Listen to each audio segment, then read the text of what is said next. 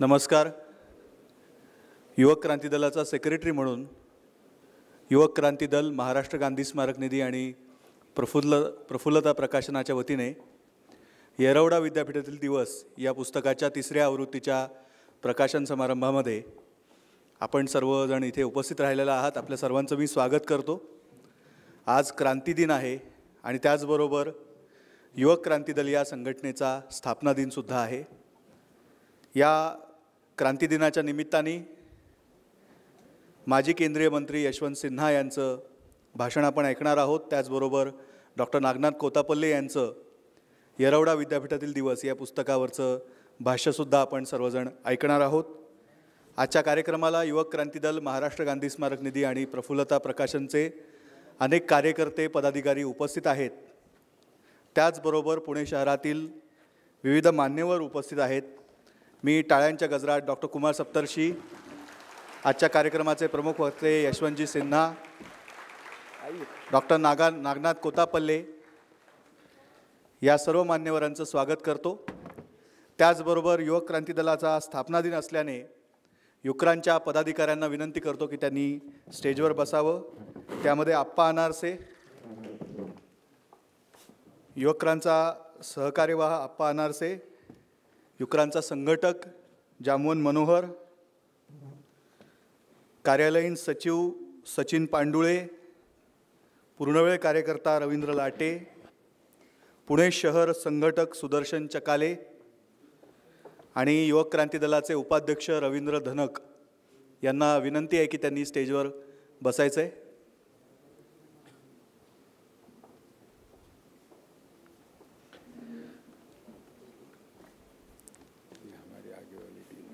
युवक क्रांती दल, महाराष्ट्र गांधी स्मारक निधि और प्रफुल्लता प्रकाशन के तरफ से आज ये जो कार्यक्रम हमने आयोजित किया है, इसमें पुस्तक का विमोचन तो होगा ही, लेकिन आज देश की राजनीति जिस मोड़ पर खड़ी है और जिन इलेक्शंस का हम एनालिसिस करने की कोशिश कर रहे हैं, तो ये सिर्फ पॉलिटिकल लड़ाई नहीं होने वाली है, ये विचारों की भी लड़ाई होने वाली है. और ये जो विचारों की लड़ाई है वो संविधान और मनुस्मृति, दो प्रेरणाओं के बीच में होने वाली भी लड़ाई है. बाबा साहब भीमराव अंबेडकर, जो हमारे संविधान के शिल्पकार माने जाते हैं, उन्होंने अपने जीवन में जो आंदोलन किए उसमें एक आंदोलन मनुस्मृति जलाने का आंदोलन था. मनुस्मृति जलाने वाले बाबा साहब भीमराव अंबेडकर ने संविधान लिखा क्योंकि मनुस्मृति में जात पात और महिलाओं की गुलामी, भेदाभेद, गैर बराबरी का विचार लिखा गया था और उसको बाबा साहब ने जलाया था. फिर भी आज इस देश में मनुस्मृति का गौरवीकरण होता है. महाराष्ट्र में एक संभाजी भिड़े नाम का आदमी ये कहता है कि बाबा साहब ने तो मनुस्मृति ही पढ़ के संविधान लिखा है, मनुस्मृति के ही प्रेरणा से उन्होंने संविधान लिखा. तो लोग मनुस्मृति को जो मानते हैं वो संविधान को नहीं मान सकते. दोनों में पूरा अंतर है. एक में जन्म का श्रेष्ठत्व है, दूसरों में मूल्यों का श्रेष्ठत्व है. हमारे युवक क्रांति दल के परंपरा के अनुसार हम हर कार्यक्रम की शुरुआत भारतीय संविधान का जो प्रास्ताविक है उसको नमन करके, उसको सलाम करके, उसको अभिवादन करके करते हैं. आप सबकी तरफ से मैं अनुरोध करूंगा आज के हमारे मुख्य वक्ता आदरणीय यशवंत सिन्हा जी को, डॉक्टर कुमार सप्तर्षी को, डॉक्टर नागनाथ कोतापल्ले को और सारे युक्रान के पदाधिकारियों को मैं विनती करता हूं कि राज्य घटना के प्रास्ताविका जो हो हमारे सामने है उसको अभिवादन करें, फूल अर्पण करें, उसको सलाम करें. हम सब की तरफ से ये अभिवादन होने वाला है और इस अभिवादन में हम तालियों के साथ शामिल होंगे.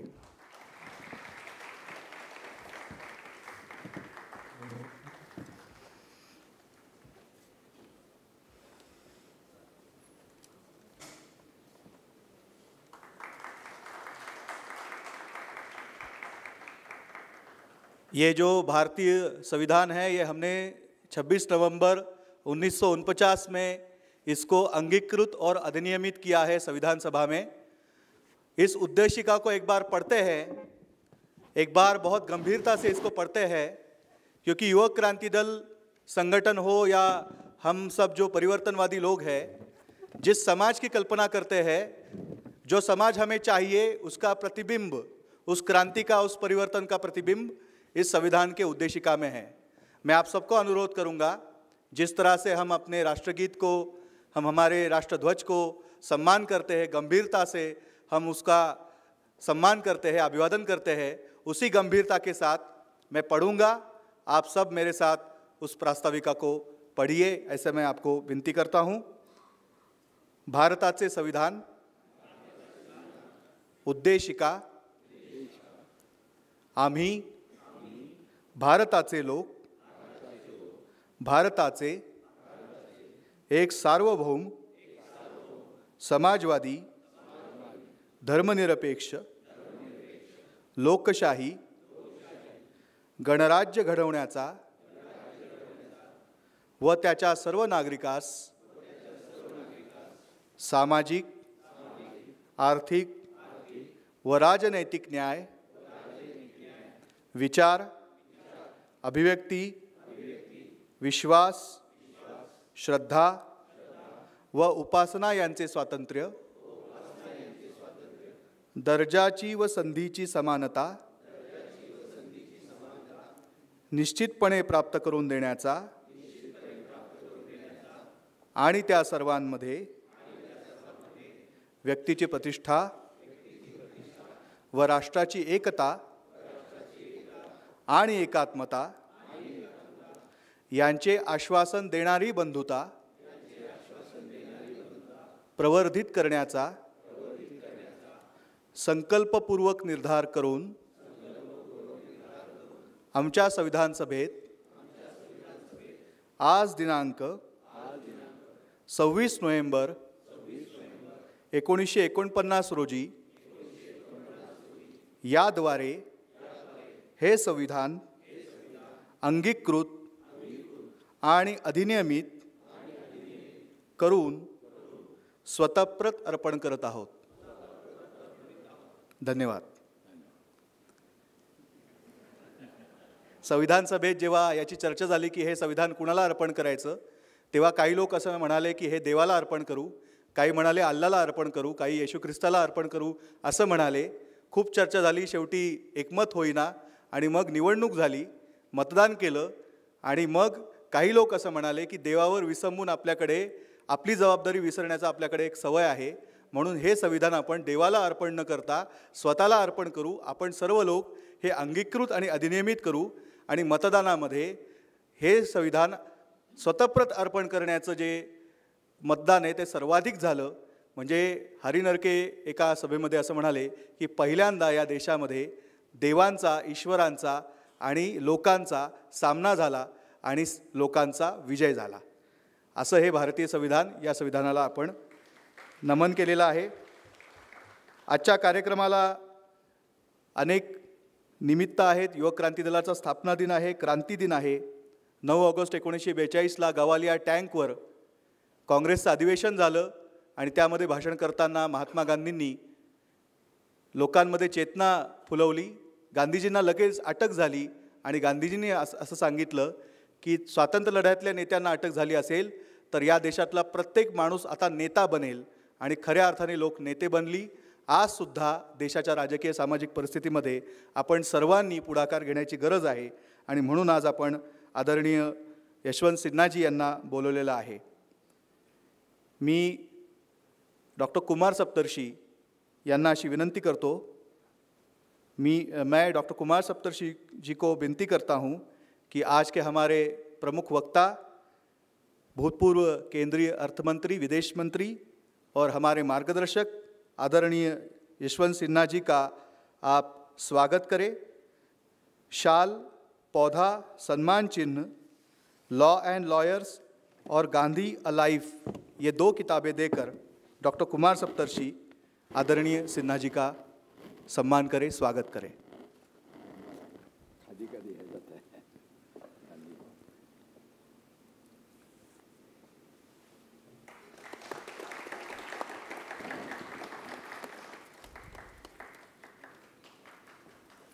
येरवडा विद्यापीठातील दिवस, इस किताब का प्रकाशन भी, विमोचन भी आदरणीय सिन्हा जी के हाथों से थोड़ी देर के बाद होगा। इस किताब पर जो अपना भाष्य रखेंगे, युवक क्रांति दल से, विद्यार्थी दशा से जो जुड़े हुए हैं और साहित्य और शिक्षा के क्षेत्र में जिन्होंने महाराष्ट्र में अपना एक नाम बनाया है, उन डॉक्टर नागनाथ कोत्तापल्ले का भी स्वागत करने की विनंती मैं डॉक्टर सप्तर्षी को करूँगा। शाल, पौधा, सन्मान चिन्ह और 2 किताबें देकर सत्ता बदलाची 2 वर्ष आणि चंद्रशेखर हे गांधी भवननी प्रकाशित केलेली 2 पुस्तकं देऊन डॉक्टर नागनाथ कोत्तापल्ले यांचं स्वागत होत आहे।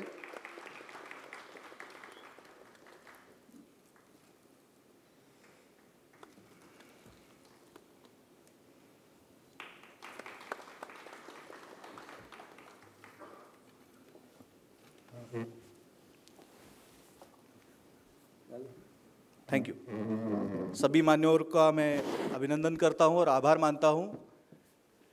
आज जिस पुस्तक का यहाँ पर विमोचन होने वाला है, वो पुस्तक, वो किताब येरवडा विद्यापीठातील दिवस, ये किताब युवक क्रांति दल के सारे कार्यकर्ताओं के लिए एक टेक्स्ट बुक है, ऐसा मैं मानता हूँ।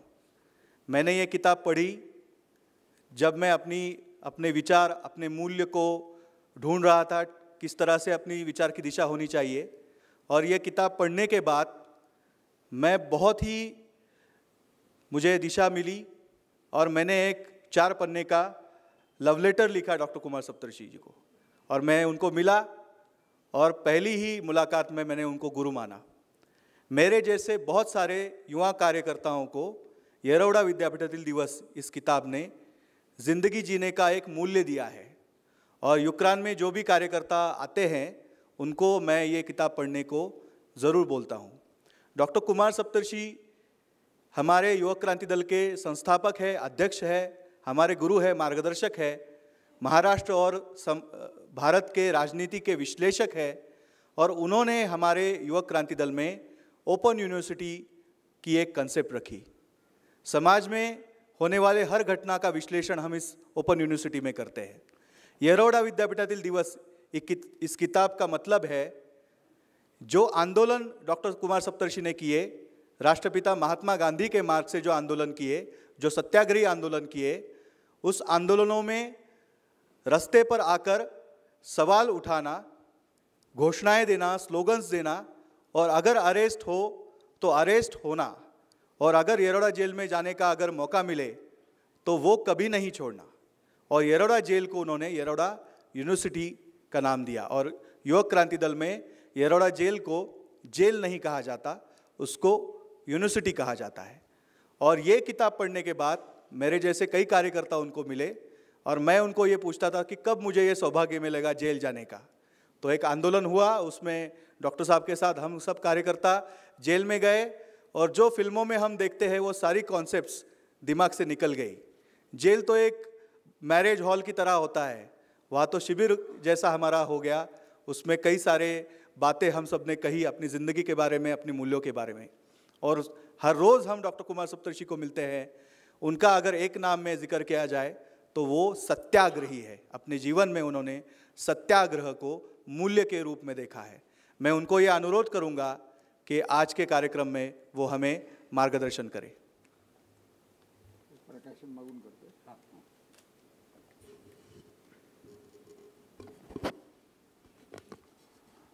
माझे फार जुने मित्र आणि गुरुबंधू म्हणजे जयप्रकाश नारायण यांना यशवंत सिन्हाही गुरु मानतात आणि मी मानतो। 74 सालापासून आमची मैत्री आहे आणि पुढे JP गेल्यानंतर जे आमच्या परिवाराचे थोरले बंधू होते चंद्रशेखरजी, त्या सगळ्या परिवारात एकत्र राहिलेले असे हे यशवंत सिन्हा, नंतर आमचे एकेकाळी चळवळीतले कार्यकर्ते सहभागी होणारे आणि पुढे फार मोठे झालेले कुलगुरू याच्या मराठवाडा विद्यापीठाचे नागनाथ कोत्तापल्ले, सर्वांना राम राम, नमस्कार, सलाम अलैकुम, जय मल्हार, जय शिवाजी महाराज, जय भीम। नाही आता आहेच वातावरण ना, प्रत्येकजण लष्कर म्हणजे तलवारी घेऊनच बोलत आहे। लष्करीकरण चाललेलं आहे, साधं कासं नाही, तर नको बाबा आपलं असं. आणि यशवंत सिन्हा हे आय एस झाले आणि त्यांना जे पींचा परिचय असेल. जे पींच्याकडे 74 साली आम्ही सगळेजण गेलो, जे पीने बोलून घेतलं होतं. त्या काळामध्ये हे चीफ सेक्रेटरी होते बिहारचे आय एस, नंतर फॉरेन सर्व्हिसमध्ये पण होते. तर हे ते आंदोलनाचा परिणाम असा असतो की ते सारखं जे पीकडे यायचे आणि मला पूर्ण वेळ कार्यकर्ता म्हणून व्हायचा. तर जवळजवळ ठरलं तरुण शांती सेनेचं आणि आणखीन एक काम आणि एक खोली सदाकत आश्रमात. तर त्यावेळेला त्यांना एका संस्थेतर्फे 250 आणि दुसऱ्या संस्थेतर्फे 250 असं मानधन द्यायचं ठरलं, एक खोली, आणि त्यांनी हे देशभर हे काम करायचं असं ठरलं. पण जे पींची एक अट होती सगळ्यांनाच, म्हणजे आम्हाला कोणालाही फुल टाईमर होण्यापूर्वी पत्नीचं विचार काय, नाही तर पंक्चर होतं पुढे ते फुल टाईमरशिप. तर ते पत्नीची काय अवस्था आहे तिच्याशी बोलल्याशिवाय नाही करणार. आणि तेव्हा त्यांना असं वाटलं की तिच्या अजून सहमती नाही. यांना सांगण्यात आलं, हे आम्हाला परिवारात सगळ्यांना माहीत होतं की पत्नीची सहमती झाल्यानंतर तो फुल टाईमर हो. जे पींच्या हयातीत ते झालं नाही. पण नंतर चंद्रशेखर जे आहेत ते पूर्णवेळ कार्यकर्ते म्हणून राजकारणात आले. जनता पक्षाचे सेक्रेटरी होते. बाबरी मस्जिद पडली त्याला विरोध केला, लोकसभेमध्ये ते बोलले. पण मधल्या काळामध्ये अटल बिहारी आणि चंद्रशेखर यांचंही चांगलं असल्यामुळे इकडं जनता पार्टीत ते वित्तमंत्री होते, फायनान्स मिनिस्टर. आणि हे अपघातानं येतात छोट्या आयडिओलॉजींचे सरकार, पण त्यांच्यामध्ये टॅलेंट नसतं. म्हणून ते टॅलेंट हंटिंगमध्ये यांना त्यांनी सांगितलं की तुम्ही चंद्रशेखरच्या बरोबर जे काय ज्या पद्धतीनं काम केलं तसं करण्यास इथं कुठेही प्रत्यवाय नाही. म्हणून तिथले वित्तमंत्री झाले, परराष्ट्रमंत्री झाले. मोदी आल्यानंतर ते काही स्वातंत्र्य मिळालं नाही. मग ते बोलतात आणि त्याप्रमाणे आता त्यांनी भाजपचा राजीनामा पण दिलेला आहे. तर असे माझे मित्र, पॉलिटिकली सतत ॲक्टिव्ह राहणारे आणि इकॉनॉमिक्सची सगळी माहिती असलेली, परराष्ट्र नीतीची माहिती असलेली, आज ते येण्यापूर्वी इतके अडथळे होते. काल दिवसभर एकच प्रश्न होता की कधी कॅन्सल करायचं, आत्ता करा दुपारी, मग दुपारचं संध्याकाळी. मग शेवटी मी त्यांना असं सांगितलं, आमचा कार्यक्रम कॅन्सल करावा इतक्या घटना पुण्यात घडल्या, तर मग तुम्ही नाही आलात तर चालेल, पण कार्यक्रम झाला आणि तुम्ही एकटे नाही आलात तर ते फार बरोबर नाही होणार. म्हणून त्याच्या मुद्द्यावर ते आले. आणि कुठे घटना झाली तर कॅन्सल करावंच लागेल. परंतु माझा मराठा समाजावर खूप विश्वास आहे. महाराष्ट्रामध्ये 30% मराठा समाज आहे. बाकीच्या सर्व ठिकाणी जी बहुजन जात आहे ती 14-15% आणि दुसरी लगे 12-13 आहे. म्हणजे त्यांच्यात कॉम्पिटिशन आहे. फक्त महाराष्ट्र अपवाद आहे. आणि म्हणून महाराष्ट्र शहाणा व्हायचा असेल तर मराठा शहाणा झाला पाहिजे. महाराष्ट्रात क्रांती व्हायची असेल तर मराठा अग्रदूत पाहिजे. क्रांती दिनाच्या मुहूर्तावर क्रांती होते खरं नाही, आपण ते पाच भूतकाळाची आहे आठवण म्हणून. पण काय व्हायचं जे असेल, इथे मराठा समाज हिंसक झाला तर बाकीच्यांना गप्प बसावं लागतं. मराठा समाज सत्याग्रही झाला तर समज महाराष्ट्र सत्याग्रही होईल. तर हे मराठा समाजाचं आज इथे अर्थ आला. पण माझा विश्वास असल्याने मी त्यांना प्रत्येक फोनवर सांगायचो. आज सकाळी विमानतळावर आले तेव्हाही माझा मराठा समाजावर विश्वास आहे. कारण त्याला असं वाटतं की गाव चालवणं हे माझं काम आहे, म्हणून फार काही हिंसा वगैरे होणार नाही. आता त्यांच्याही कंट्रोलमध्ये नसलेले लोक असतात, ते काहीतरी करतील, पण त्यांचा काय बंदोबस्त करते पोलीस यंत्रणा करेल. तर असं सांगितल्यामुळे ते आले. प्रथमतः मी त्यांना धन्यवाद देतो. मैं आपको धन्यवाद दे रहा हूँ कि इतनी कठिनाई के साथ आप आए. आता प्रश्न असा आहे की आज आम्ही महाराष्ट्र गांधी स्मारक निधीतर्फे त्यांचं व्याख्यान ठेवलेलं आहे. नेहमी आम्ही तिकडं कोथरूडला आमच्या गांधी भवनमध्येच ठेवतो असं कोणाचं व्याख्यान करायचं असेल. पण यशवंत सिन्हांचा मागे कार्यक्रम झाला तो गणेश क्रीडामध्ये संजय बालगुडेंनी घेतला होता. त्यावरून आम्हाला असं वाटलं की मोठी जागा हवी आणि म्हणून ही जागा घेतली. अडथळे आले ते ठीक आहे. तर हे महाराष्ट्र गांधी याच्यातर्फे महाराष्ट्र गांधी स्मारक निधीतर्फे. दुसरा आज युक्रांचा वाढदिवस आहे. बरोबर ह्याच सभागृहात गंमत आहे, काहीतरी लोकमान्यांशी नातं आहे. आम्ही पहिल्यांदा युक्रांचं स्थापन केलं ते सिंहगडला लोकमान्यांच्या बंगल्यात केलं. आता नंतर मध्ये गॅप घेऊन परत जे युक्रांत रिवाईव्ह झालं, त्याची पुनर्स्थापना झाली, ती 9 ऑगस्ट 2001ला ह्याच सभागृहात झाली. तर युक्रांतचा वर्धापन दिन आहे. युक्रांत म्हणजे काय मुवमेंट आहे, तर ते डॉक्टर बाबासाहेब आंबेडकर यांचे विचार आणि महात्मा गांधींचे सत्याग्रही विचार यांचं मिक्सचर आहे. आणि आम्हाला कुठे अडचण नाही आली. काही काही म्हणतात की गांधी हे कसं काय बाबासाहेब आंबेडकरांना मानणाऱ्या लोकांना मानता येईल, त्याचे शत्रू आहेत. तर हा इतर लोकांचा डाव आहे ज्यांना समाजाचं परिवर्तन नव्हतं, की तुम्ही ह्या अंगाने द्वेष करा, आम्ही ह्या अंगाने द्वेष करतो आणि गांधीचा द्वेष केल्यामुळे आपल्याला प्रतिगामी एकजूट करता येईल. म्हणजे गांधी द्वेष हा प्रतिगामी एकजुटीचा केंद्रबिंदू आहे. कारण गांधी असताना कोणाला डोकं वर काढता आलं नाही, गांधींचा खून करावा लागला आणि तरी गांधी काही सुटत नाही. उलट जगामध्ये गांधीवर एवढं लिहिलं जातं आता की असं वाटतं की गांधी आता 150 वर्षाचा माणूस झालेला आहे, 150 वर्षाचा थिंकर आहे. जगामध्ये लिहिलं जातं आहे. जगामध्ये अहिंसा दिन म्हणून गांधींचं मानलं जातं 2 ऑक्टोबर. असं कोण माणूस आहे हो जगात की ज्याचा वाढदिवस तो मेल्यानंतर इतका काळ चाललेला आहे? युनोनी मान्य केला. फक्त भारतामध्येच जरा काहीतरी गडबड आहे त्यांच्या मान्यतेबद्दल. तर आम्ही सप्ताह वगैरे करतोच, आम्ही तर लोक कमिटेड आहोत. पण युक्रांचा एक वेगळा आहे. युक्रांच्या काळामध्ये आम्ही सत्याग्रह विचार नावाचं पुस्तक वाचलं होतं आणि आम्हाला वाटलं की संघर्षाला ही मेथडॉलॉजी चांगली आहे. एवढंच, फार गांधीवादी नव्हतो आम्ही. आणि लोक लेटेस्ट स्वातंत्र्य लढ्यात वापरलेली, कारण आमच्या पिढीचं आणि स्वातंत्र्य लढ्याचं अंतर किती, 10-15 वर्षाचं. शरद पवार, मी, आम्ही सगळे 41ला जन्मलेलो.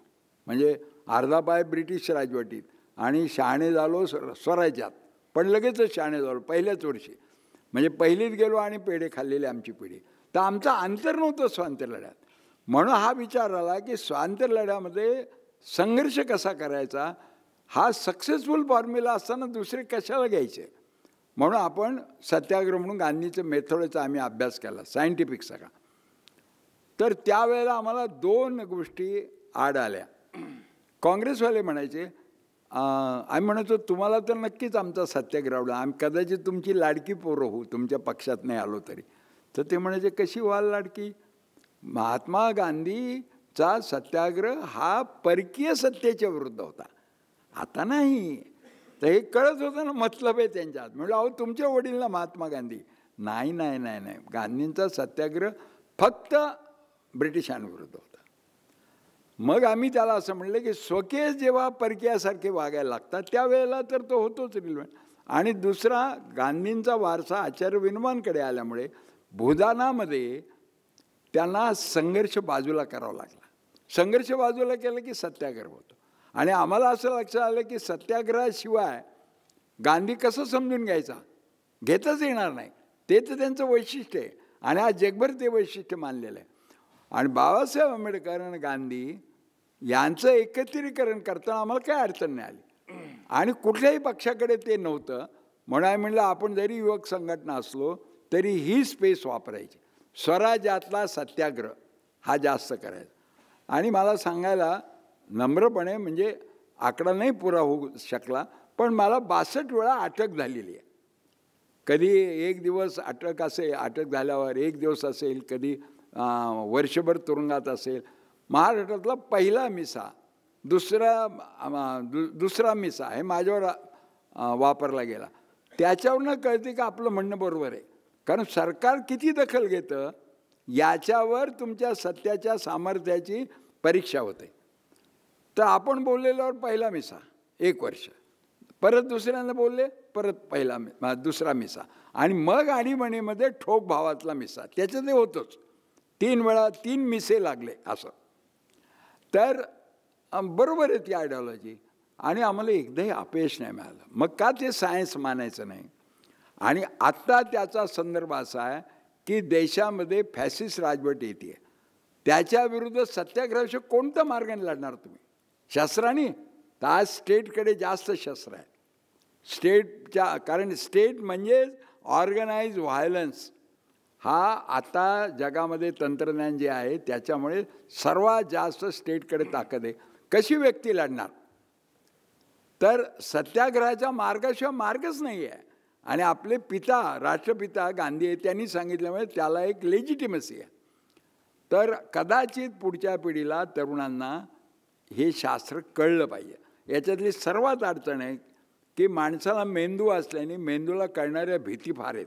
त्याच्यात एक तुरुंगाची भीती, मृत्यूनंतर दुसऱ्या नंबरची. मी मरेल का काय असं वाटतं. आणि माणसाला नेहमी वाटतं की मला कोणीतरी केव्हा तरी तुरुंगात टाकेल. अगदी श्रीमंताला, गरिबाला सारखाच ही भीती असते. तर आम्ही असं ठरवलं तेव्हा की तुरुंगाचीच भीती काढायची. तुरुंग म्हणजे एक छान मस्त जागा, समतेचं की तिथे बाबा ॲडमिशनला पैसे मागत नाही, केव्हाही ॲडमिशन असेल, रात्री बेरात्री सगळ्यांना जेवायला देतात, कोणाची काय अडचण नाही, अन्न वस्त्र, म्हणजे समाजवादाचं थोडाफार अनुभव फक्त जेलमध्ये. आणि 5,000 लोक, सगळ्यांना सारखं, सगळ्यांना ती याची कटोरा, ताटली वगैरे असं. आणि मग आम्ही आत गेलो की मुक्त विद्यापीठ चालवायचं. म्हणजे सरकारच्या पैशावर फर्स्ट क्लासपैकी आमचे 14 दिवस ठेवले तर एवढं शिबिरातमध्ये सगळी मुलं तयार व्हायची. तर हे सगळं केल्यामुळे शेवटी सरकार वाकायचं. आणि सरकार नावाचं एक एवढं जबरदस्त यंत्रणा ही वागते, तो काय आनंद असतो तो चाखल्याशिवाय कळणार नाही. सुबंध सोलापूर बंद केलेलं मार्शल लॉ सारखं, आणि मला एकट्याला पकडायचं आणि मिसा. आणि मी काय करतो, मांडी घालून पद्मासन घालून बसलेलं आहे. म्हणजे अगदी रामदेव बाबाकडनं शिकलेलं नव्हतं, थोडं चुकलं असेल, पण पद्मासन ज्याला म्हणतात ते. आणि ते सगळी यंत्रणा उचलते आणि आपल्याला त्या क्षणातला जो आनंद आहे तो मला सामाजिक आनंदामध्ये त्याच्यापेक्षा अधिक मिळाला नाही. कारण आपण एवढे पॉवरफुल आहे, सरकारला आपल्या शब्दाला घाबरत आहे. हा फार मोठा आंतरिक शक्तीचा प्रत्यय आलेला. आता हे झाल्यावर मग पुढे लोक म्हणायला लागले, कुठे कुठे आठवणी लिहिल्या, भाषणं सांगितलं की याच्यावर पुस्तक लिहा. म्हणून स्मृतीने लिहिलेलं पुस्तक आहे, डायरीतून नाही. की काय नेमकं जेल प्रकरण, कशाला एवढं त्याला कारण ते घाबरल्याशिवाय सत्याग्रही शील येत नाही. आणि मग त्याच्या आठवणीनं हे पुस्तक लिहिलं. 17 वर्षापूर्वी ते प्रसिद्ध झालं. त्याचं श्रेय अरुण लाकडेला द्यायला पाहिजे, पण त्या प्रती खपत होत्या आणि आता मागणी येत होती आणि तो काढू शकत नव्हता. अशी अवस्था आल्यामुळे एक मित्र सपकाळ म्हणून पुढे आले, प्रफुल्लता प्रकाशन, आणि त्यांनी आता हे पुस्तक काढलं. फक्त अट मला घातली, तुम्ही वाचून परत आमच्याकडे द्यायचं वगैरे अशी भानगड ठेवायची, आम्ही जसं तसं छापणार. अहो म्हटलं ते मग जुनं वगैरे तुम्ही एकदा बदलायला आलं की आणखीन बदलेल, म्हणून ते तसंच्या तसं छापलेलं आहे. त्याच्यामध्ये काय आहे, त्या का टाकतं सरकार आपल्याला जेलमध्ये, ते आहे कोणत्या प्रसंगातून आलो तुम्ही, आतमध्ये काय आहे, कोणत्या प्रसंगातून आल्यावर आतमधली वर्तन कसं मिळतं, त्याच्यानंतर आतमध्ये आपण त्या वेळेचा वापर कसा करू शकतो चांगला. एक तर तब्येत फार चांगली होते. अलीकडे माझी तब्येत डायबिटीज वाढतो म्हणजे केवळ जेल नाही म्हणून, नाही तर बाहेर सगळं करायचं, ज्याला काही नियम नाही काय नाही. आणि जेलमध्ये राहिलं की एकदम व्यायाम, खाणं, आणि जेलचं खाणं असं की डायबिटीज वाढूच शकत नाही, इतकं ते असं छान असतं जेलचं. तर ते सगळी माहिती आहे. त्याच्यानंतर त्याच्यात काही पात्र आहेत ह्या ह्याच्यात. आणीबाणीच्या वेळेला RSCचे लोक आहेत, जमाते इस्लामीचे लोक आहेत, प्रकाश जावडेकर आहे त्याच्यात. प्रकाश जावडेकर तो अगदी बारीक होता असा, म्हणजे कोणाला खरं वाटणार नाही, आता इतका बारीक होता. आणि जेलमध्ये लोक आपली जुनी दुखणी कमी करतात, वेळ असतो ना, तर त्याचं हार्टचं ऑपरेशन झालं. त्याच्यानंतर आजची तब्येत त्याची वेगळी आहे, चांगलं आहे ते. असे खूप पात्र. आजचे खासदार शिरोळे त्यांचं पण वर्णन आहे, आणि पण ते त्यावेळेचं वर्णन आहे, कदाचित आत्ता लावू नका ते.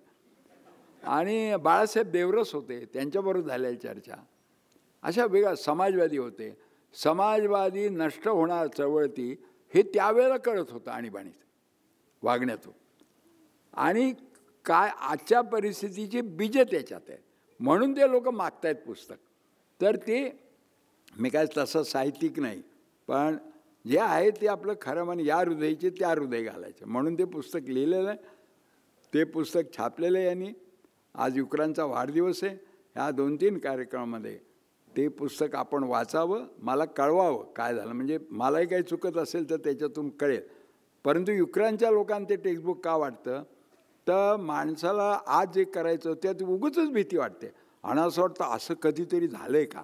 झालं आहे, पानापानात तुम्हाला त्याचे पुरावे तुम्हाला मिळतील, तारखा वगैरे. तर या पद्धतीनं पुढचा काळ करावा लागेल. आज राजकीय पक्षांजवळ भाजपशी लढण्याला नेमकी काय भूमिका आणि काय हत्यारे याचा गोंधळ आहे. नितीश कुमार आमचा इतक्या जवळचा तो कसं काय बदलला आणि आधी अगदी मोदीला पंतप्रधान होऊ देणार, तो कसं काय झाला. काहीतरी शासन संस्थेच्या हातामध्ये लफडी असतात, कोणाला कसं दाबायचं ते. त्यामुळं युनिटी होईल न होईल असं हा भाग आणखीन वेगळा. पण समाजाचं वाटोळं व्हायचं नसेल, काँग्रेस फार ग्रेट आहे आणि लगेच उद्या आजचे दिन येतील असंही मानत नाही. पण हे सरकार गेलं पाहिजे या निर्णयाला आम्ही आलो आहे. आणि त्याच्याकरता जे आपल्याला वाढून ठेवलेलं त्याची मानसिक तयारी व्हायला या पुस्तकाचा उपयोग होईल. एक फॅसिझम कसा असतो, फॅसिस्ट हा शब्द सुरू झाला इटालीपासून, मुसोलिनीपासून. मुसोलिनी हा हिटलरचा गुरु, म्हणून आद्य शंकराचार्याला आद्य शंकराचार्यच म्हटलं पाहिजे. पण त्यांना आपले हिंदुत्वाचे आद्य शंकराचार्य मुंजे म्हणून नागपूरचे तिथे गेले भेटायला. आणि त्यांचं ते भोसले मिलिटरी स्कूल आहे ना, ते मुंजे. आणि त्या मुसोलिनीच्या पाठीवर हात मारला आणि म्हणाले, बेटा काय मस्त आहे फॅसिस्ट, सगळ्या लोकांना त्याग शिकवायचा, हिप्नोटाईज करायचं आणि सगळ्यांचा वापर करायचा आपल्या सत्तेचा, मस्त आहे. आणि मग नंतर म्हणाले, मी तुला आशीर्वाद द्यायला आलो आहे, पण मुद्दाम आलो आहे, जर यात काही अडचणी आल्या तर आम्ही ब्राह्मण वर्गाने हा प्रयोग पूर्वी फारच यशस्वी केला आणि अजूनही तो आमचा संपलेला नाही. तर काही अडचण बिडचण आली तर आम्हाला विचारता, रेफर करायचं आम्हाला, असं सांगून आले. तर असं आहे. म्हणून मी आता 2 गोष्टी करतो. हे सगळं करताना मनुस्मृतीची प्रवचनं देत असतो. काय काय लिहिलं त्याच्यात, सगळ्याचं बीज मिळतं आजच्या याचं. तुम्हाला आश्चर्य वाटेल, कोण वाचून करतं का? वाचून नाही करत, रोमारोमात अंगाअंगात असतं ते, रिफ्लेक्सली होतं. म्हणजे आता जे कोणी काय बोललं की जा परदेशात, जा पाकिस्तान असं म्हणतं, तर मी म्हणले मनुस्मृती कुठं सापडलं. त्यांनी असं केलं की जगामध्ये यज्ञीय देश म्हणून आर्यावर्त आहे, जिथे यज्ञ होतात. म्हणजे जो जास्त घोडे बैल त्या अग्नीमध्ये टाकेल तो मोठा माणूस. जसं आता लग्न होतात ना, काही लोक कालचे गरीब असतात, त्यांना वाटतं लोक आपल्याला वरच्या स्तराला कधी मानणार, म्हणून ते लग्नात खूप खर्च करतात. खूप खर्च करणं, तसं त्या काळामध्ये यज्ञामुळे प्रतिष्ठा असायची. तर त्या यज्ञाचा विधी ब्राह्मण करायचे. यजन याजन पूजन हे ब्राह्मणांचं का. त्यावेळेला ते म्हणायचे शूद्राचं आजूबाजूला सावली नाही, आजूबाजूला कुठं असता कामा नाही. आणि मग पुढं म्हणतात की सर्वच देशात काही यज्ञ होत नाही, आपल्या आर्यवर्तात होतात. बाकीचे जिथं यज्ञ होत नाही त्याला म्लेंच देश म्हणतात. तर शूद्रांना फार वाईट वाटत असतं, त्यांनी म्लेंच देशात जावे. पाकिस्तान त्यांच्या दृष्टीने यज्ञ होत नाही म्हणून म्लेंच देश आहे. आणि तिथे जर ब्राह्मण असेल, त्यांना यजन याजन पूजन मिळत नाही, तर त्यांनी आर्यवर्तात यावे, त्यांनी इकडे यावे, असं ते आहे. तर म्हणजे प्रत्येक गोष्टीचं बीज तुम्हाला त्याच्यामध्ये मिळतं. तर असे हे विचार आहेत आत्ता. आणि त्याच्याबरोबरची लढाई आहे ती एकट्या काँग्रेसला पेलवायची इच्छा असली तरी पेलवे की नाही शंका आहे, पण काँग्रेसला टाळूनही होणार नाही. तर आणि ही आयडिओलॉजिकल लढाई आहे. अँटी BJPiझम हा अँटी काँग्रेसिझम इतका साधा बेरजेचा विषय नाही. किंवा आरशामध्ये पाहिलं तर अँटी काँग्रेसिझम आणि इकडे अँटी BJPiझम देतो अशी मिरर इमेज नाही. हे आयडिओलॉजिकल वॉर आहे. ते गांधी खेळले. नॅशनलिझमचा अर्थ काय, हा देश बांधायचा त्याचं काय, इथला लॉ कसा असावा, बाबासाहेब आणि आंबेडकर मिळून बांधले. जवाहरलाल नेहरू त्यात होते, सरदार होते. तर तेच वॉर आता होणार आहे. तर असं आम्हाला दिसतंय. तर आपण सगळ्यांनी ही पार्श्वभूमी लक्षात ठेवून मी कार्यक्रम पुढचा काय असेल तो थांबतो इथे.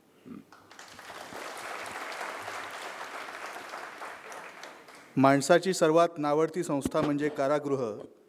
डॉक्टर कुमार सप्तर्षींनी मात्र येरवड्याच्या बंदीशाळेला विद्यापीठ म्हटलं आहे. ते पुढे म्हणतात, सत्याग्रहींना जनआंदोलनातील अनुभवविश्व सोबत घेऊनच येरवडा विद्यापीठात प्रवेश मिळतो. सर्वोच्च ज्ञान प्राप्त करण्यासाठी जणू ही पुढची पायरी. इथला अभ्यासक्रम जिवंत आणि नित्य नवा. एक एक कैदी म्हणजे समाज जीवनातली एक एक स्वतंत्र कहाणी. शेकडो संदर्भात जीवन कसं रूप बदलतं याचं इथे जवळून दर्शन होतं. येरवडा विद्यापीठ जीवनातला अंधार घालवतं, ज्ञानाचा प्रकाश देतं, मोक्षही देतं. या पुस्तकाचं प्रकाशन, पहिलं प्रकाशन, आज 3ऱ्या आवृत्तीचं प्रकाशन होणार आहे. महाराष्ट्रातले नंबर 1चे आंदोलक म्हणून ज्यांची ख्याती होती असे जॉर्ज फर्नांडिस यांच्या हस्ते या पुस्तकाचं प्रकाशन झालं होतं. आणि जॉर्ज फर्नांडिस यांनी या पुस्तकाबद्दल असं म्हटलं आहे, कुमारने तरुणांना निर्भय बनवले, हे त्याचे योगदान मोठे आहे. सत्याग्रही संघर्षावर त्याची असीम निष्ठा आहे. त्या निष्ठेमुळे लोकशाही गतिशील झाली. युवकांच्या शक्तीचा धाक राज्यकर्त्यांना नेहमीच वाटतो. त्याला अनेक वेळा अटक झाली तरी युवकांनी आंदोलने चालूच ठेवली. लोकांमध्ये असो वा कारावासातील एकांतात असो, चेतना देण्याचे काम त्याने अखंडपणे केले, हे मला महत्त्वाचे वाटते. हे सत्याग्रहाचे अध्यात्म आहे. त्याच्या जिवंत अनुभवांमुळे हे पुस्तक रसपूर्ण आणि चैतन्यशील झाले आहे. हा ग्रंथ तरुणांच्या अनेक पिढ्यांना सतत प्रेरणा देत राहील. या पुस्तकाने मला प्रेरणा दिलेलीच आहे. आपल्या सगळ्यांनासुद्धा हे पुस्तक प्रेरणा देईल याच्यामध्ये काही शंका नहीं. इस किताब का, येरवडा विद्यापीठातील दिवस, इस मराठी किताब का विमोचन, 3री एडिशन का विमोचन करने की विनंती मैं हमारे आज के प्रमुख वक्ता यशवंत सिन्हा जी को करता हूं. डॉक्टर नागनाथ कोतापल्ले, डॉक्टर कुमार सप्तर्षी और युवक क्रांति दल के सारे पदाधिकारियों के उपस्थिति में इस पुस्तक का विमोचन हो रहा है और आप सबके उपस्थिति में भी ये पुस्तक प्रकाशित हो रहा है. विमोचन इस किताब का हो रहा है. तो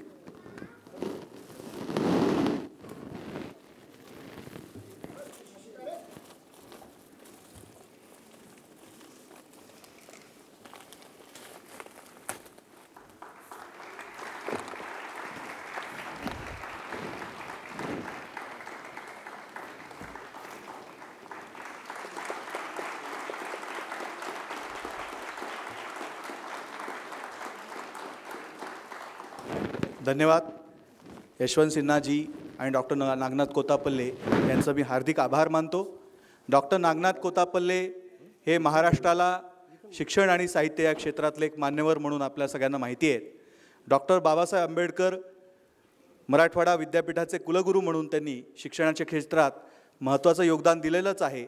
पण त्याचबरोबर अखिल भारतीय मराठी साहित्य संमेलनाचे अध्यक्ष म्हणून त्यांचं भाषण, त्यांचं लेखन महाराष्ट्र वाचत आलेलं आहे. विद्यार्थी दशेत असताना आणि शिक्षक म्हणून नोकरी करत असताना युवक क्रांती दलाशी त्यांचा खूप जवळचा संबंध आला आणि युक्रांच्या आजच्या सर्व उपक्रमांमध्ये नागनाथ कोतापल्ले हा एक अविभाज्य घटक असतो. नागनाथ कोतापल्ले यांची सम्यक दृष्टी, त्यांची समन्वयवादी दृष्टी, त्यांचं लेखन वाचन आम्हा कार्यकर्त्यांसाठी नेहमीच मार्गदर्शक असतं. मी त्यांना अशी विनंती करतो की येरवडा विद्यापीठातील दिवस या पुस्तकावर त्यांनी आजच्या या 3ऱ्या आवृत्तीच्या प्रकाशनाच्या निमित्ताने भाष्य करावं.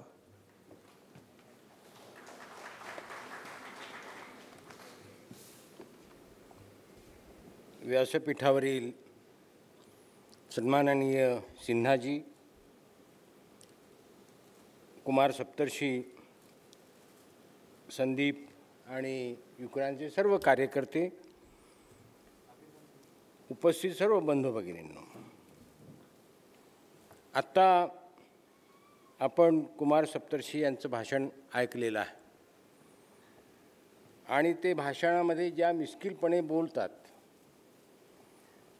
हीच मिस्किल शैली तुम्हाला संबंध येरवडा विद्यापीठाचे दिवस याच्यामध्ये दिसेल. म्हणजे एकाच वेळी ते चिंतन आहे असे वाटेल, एकाच वेळी तो उपहासही असतो, त्याच वेळी तिथे विनोदही असतो. अशा अनेक गोष्टी त्यांच्या शैलीची वैशिष्ट्य म्हणून आपल्याला सांगता येतील. आणि संबंध पुस्तक अतिशय वाचनीय अशा प्रकारचं तर आहेच आहे, पण ते वाचून टाकून द्यावं असंही नाही. तर ते यासाठी महत्त्वाचं आहे की त्याच्यामध्ये एकीकडे निगरगट्ट अशा प्रकारची सत्ता आणि दुसरीकडे सामान्य अशा प्रकारचे विद्यार्थी, सामान्य अशा प्रकारचे तरुण यांच्यामधला एक संघर्ष. आणि हा जो संघर्ष आहे, हा संघर्ष अत्यंत शांततापूर्ण मार्गाने कसा चालतो. कुमार सप्तर्षी यांचं एक वैशिष्ट्य असं की ते सतत आपल्या अनुयायांना असं सांगत असत की कुठेही गोंधळ होऊ द्यायचं नाही, कुठेही गालबोट लागेल असं काही करायचं नाही, बसून राहायचं, सत्याग्रह करायचा, जाळपोळ वगैरे ह्या तर फार दूरच्याच गोष्टी आहेत. पण आपण एक शिस्त पाळायची आणि त्या सगळ्यामधून एक अत्यंत शांततापूर्ण मार्गाने त्या प्रश्नाच्या सोडवणुकीकडे जायचं. हे जी एक सत्याग्रह करणे, खरं म्हणजे महात्मा गांधींच्या नंतर आपण ते सत्याग्रह वगैरे विसरून गेलेलो होतो. आता सत्याग्रहाच्या नावाखाली गोंधळ होतो. तर सत्याग्रह हा अत्यंत शांतपणे निर्धाराने करायची गोष्ट आहे. म्हणून त्यांनी कधीही पोलिसांना आपलं शत्रू मानलं नाही. ही फार महत्त्वाची गोष्ट आहे. खरं म्हणजे पोलीस हे लाठीमार करतात, गोळीबार करतात, पण ते करत नसतात.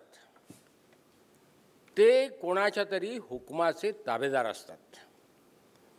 जो कोणी हुकूम देणारा असतो, हा हुकूम देणारा सुद्धा कुणाचा तरी पुन्हा ताबेदार असतो. हा कुणाचा असतो? तर हा व्यवस्थेचा ताबेदार असतो. मुख्य मुद्दा काय आहे की आपला जो लढा आहे, हा लढा व्यवस्थेच्या विरोधात आहे. तो पोलिसाच्या किंवा कुठल्या मंत्र्याच्या, कुठल्या अधिकाऱ्याच्या विरोधात नाही. आपला लढा हा व्यवस्थेच्या विरोधातला आहे. आणि आपल्याला व्यवस्था बदलण्यासाठी प्रयत्न करायचे आहेत. हे जे एक महत्त्वाचं अशा प्रकारचं सूत्र आहे, हे सूत्र मला असं वाटतं की कुमार सप्तर्षी यांनी आपल्या आयुष्यभर पाळलेलं आहे. आणि त्या सूत्रामधूनच अनेक आंदोलने यशस्वी झाली.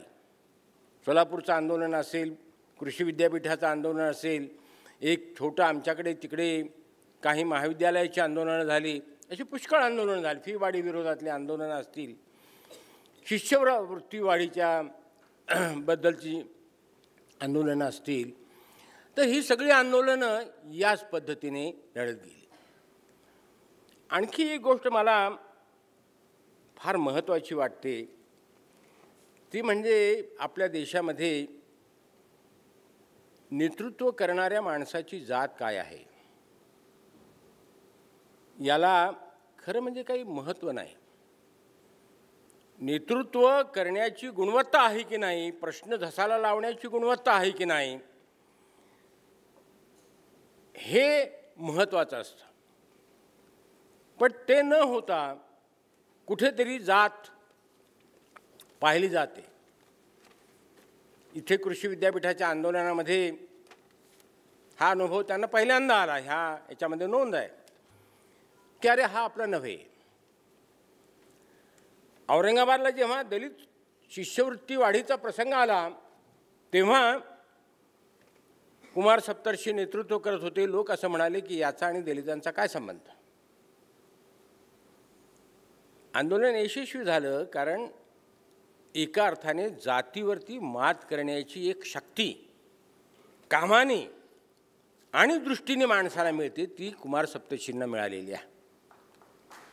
म्हणून हे पुस्तक म्हणजे युक्रांचं टेक्स्टबुक आहे असं जे संदीप म्हणाला ते बरोबर आहे की लढे कसे उभे करायचे, लढे नेमकं काय काय कोणकोणत्या पद्धतीने विकसित होतात आणि त्याच्यात लोकसहभाग कशा प्रकारे घ्यायचा असतो, ह्या सगळ्या गोष्टी त्यांनी अनुभवा. त्यातल्या दोन महत्त्वाच्या गोष्टी असतात. एक म्हणजे व्यवस्थेचे जे प्रतिनिधी असतात त्यांची आपल्याला भीती वाटते. व्यवस्थेचे प्रतिनिधी कोणते? तर पोलीस असतील, व्यवस्थेचे प्रतिनिधी मंत्री असतील, यामध्ये या पुस्तकामध्ये 2-3 प्रसंग असे आहेत की त्या मंत्र्याला सामोरं जाणं ही फार महत्त्वाची गोष्ट आहे. कारण आपल्याकडे पुढाऱ्यांच्या दारामध्ये नुसतं पडून राहण्यामध्ये सुद्धा लोकांना अभिमान वाटतो. तासनतास त्यांच्या दारात पडून राहतात, काय मिळेल का, इकडे मिळेल का, तुकडा मिळेल का. अशी परिस्थिती असताना त्याला भिडायचं आणि त्याचं वस्त्रहरण करायचं, त्याला मानवी पातळीवरती आणायचं, हा एक भाग आहे. तसं आता समाजामध्ये अनेक लोकांना असं वाटतं की अरे समाजात काहीतरी बरं व्हावं, काही चळवळ व्हाव्यात, काही समता निर्माण व्हावी, आमच्या घटनेने सांगितलेल्या गोष्टी व्हाव्यात, पण ते घाबरतात. आणखी कशाला घाबरतात? जेलला घाबरतात. आणि मग ही जेलची भीती घालवणं म्हणजे व्यवस्थेचे प्रतिनिधी म्हणून पोलिसांची भीती घालवणं, व्यवस्थेचे प्रतिनिधी म्हणून मंत्र्यांची भीती घालवणं, व्यवस्थेचे प्रतिनिधी जिथे तुम्हाला नेऊन ठेवतात त्या जेलची भीती घालवणं हे एक फार महत्त्वाची अशा प्रकारची गोष्ट आहे. खरं म्हणजे आपल्याला ही मोठी परंपरा आहे हो. भगतसिंगापासून तर ती परंपरा आहेच ना. भगतसिंगांच्यापासून स्वातंत्र्य आंदोलनामध्ये खूप लोक जेलमध्ये गेले, संघर्ष केला. जेल ही काही नवी गोष्ट नाही, पण स्वातंत्र्यानंतरच्या काळामध्ये हळूहळू समाज बदलायला लागला तो काही प्रमाणामध्ये, आणि मग त्याला जेलची भीती वाटायला लागली. ही भीती काढणं हे एक महत्त्वाची अशा प्रकारची गोष्ट आहे. आणि या संबंध ग्रंथामध्ये, या पुस्तकामध्ये एका प्रकारे या जेलमधले अनुभव, इतक्या वैविध्यपूर्ण अशा प्रकारचे अनुभव आहेत. जेलमध्ये भेटलेली माणसं, जेलमध्ये भेटलेले गुन्हेगार, जेलमध्ये झालेल्या मुक्त विद्यापीठ, म्हणजे जेव्हा कार्यकर्ते असतात तेव्हा आणीबाणीच्या काळामध्ये झालेल्या चर्चा, ह्या सगळ्या याच्यामधून ते एक मुक्त विद्यापीठच आकाराला येतं जेलमध्ये. आणि माणसं कशी तयार होत जातात, जीवनाचं दर्शन कसं घडत जातं. अगदी त्याच्यामध्ये एक साधं कुत्र्याचं पिल्लू येतं आणि ते कसं माया लावतं त्या जेलमध्ये. इतकं बारीक बारीक बारीक अशा ह्युमन, म्हणजे ज्याला मानवी पातळीवरती ते संबंध पुस्तक जर आपण बघायला लागलो तर इतकं जीवनाचं व्यामिश्र आणि जीवनाचं गुंतागुंतीचं असं दर्शन आपल्याला ह्या ग्रंथामध्ये दिसतं, या पुस्तकामध्ये दिसतं. खरं म्हणजे मी या पुस्तकाला कुमार सप्तर्षी यांचं आत्मचरित्र म्हणणार नाही, ते काही प्रमाणात आहे, पण हे एका कालखंडाचा सगळा एक दस्तऐवज आहे. म्हणजे स्वातंत्र्यानंतरच्या कालखंडामध्ये हळूहळू आपले स्वकीय लोक राज्य करायला लागले, आणि हे स्वकीय लोक राज्य करताना ते परकीयांच्या वळणावरती जेव्हा गेले तिथपासून ते पुढे आणीबाणीच्या काळापर्यंतचा सगळा कालखंड असा एक मोठा कालपट हा याच्यामध्ये येत जातो. त्याबरोबर समाजासंबंधीचं त्यात भाष्य आहे, चिंतन आहे, वेगवेगळ्या पक्षांसंबंधीचं चिंतन आहे. आत्ता जे म्हणाले की समाजवादी पक्ष हा जाणारच आहे याची चिन्ह तेव्हा दिसायला लागली होती. अर्थात मला वाईट वाटतं बरं का. म्हणजे काय आहे की कसे का असेनात पण एक तो फोर्स होता. मला दोन गोष्टीचं फार वाईट वाटतं. एक म्हणजे शेतकरी कामगार पक्ष हळूहळू निष्प्रभ होत गेला. शेतकरी कामगार पक्ष हा हळूहळू निष्प्रभ होत गेला. त्याची वेगवेगळी कारणं आहेत, म्हणजे ते सांगता येतील आपल्याला. समाजवादी पक्ष असा निष्प्रभ होत गेला. खरं म्हणजे हे पक्ष असे निष्प्रभ होत गेल्यामुळेच आजची परिस्थिती निर्माण झालेली आहे. आज जी परिस्थिती निर्माण झाली कारण आम्ही विड्रॉ झालो. शेतकरी कामगार पक्ष विड्रॉ झाला. हे डावे पक्ष हळूहळू कमी कमी होत गेले. लोकांनी केले, ते स्वतः गेले, त्यांच्या धोरणामुळे गेले, काय कारणं असतील. पण आपल्याला असं लक्षात येईल की वेगवेगळ्या पक्षांसंबंधीचे विचार, व्यक्तींसंबंधीचे विचार, समाजासंबंधीचे विचार, व्यवस्थेसंबंधीचे विचार ह्याचं उदाहरणार्थ बघा की मराठवाड्यामध्ये उस्मानाबाद जेलमध्ये असताना त्या ठिकाणी अंडर ट्रायल म्हणून जे लोक आणलेले असत त्यांचा गुन्हा काय असायचा, कुठेतरी एक बोरी चोरली, बोरी म्हणजे ₹10चं पोतं, हे बोरी चोरली आणि मग त्याला अंडर ट्रायल म्हणून 6 महिने ठेवलं. मराठवाड्याचं दारिद्र्य आणि तिथे घडणारे गुन्हे ह्याचा काही एक वेध घेण्याचा त्याने प्रयत्न केला. अशा लातूरचं आंदोलन, सोलापूरचं, अशा असंख्य गोष्टी या ठिकाणी आलेल्या आहेत आणि संबंध कालखंड कुमार सप्तर्षींच्या चिंतनासह या ठिकाणी व्यक्त होत राहतो. आणि म्हणून हे एक महत्त्वाचं अशा प्रकारचं पुस्तक आहे असं मला स्वतःला वाटतं. मराठीतलं हे महत्त्वाचं पुस्तक आहे. या पुस्तकामध्ये त्या काळामध्ये युक्रांच्या जेव्हा चळवळी सुरू झाल्या या एक प्रसंग आलेला आहे की कुणी एक बडगे नावाच्या मुलाने कुमार सप्तर्षी याच्यावरती हल्ला केला आणि फासोळी तुटली. पुढे अशा प्रकारचे प्रसंग आले, पण ती फासोळी तुटली. हा बडगे कोण होता? हा बडगे आज ज्याला आपण भीम बडदे, भीम, तर हा कोण होता? तर त्या काळामध्ये अखिल भारतीय विद्यार्थी परिषदेचा, नाही पतित पावनचा, म्हणजे ते सारखंच फार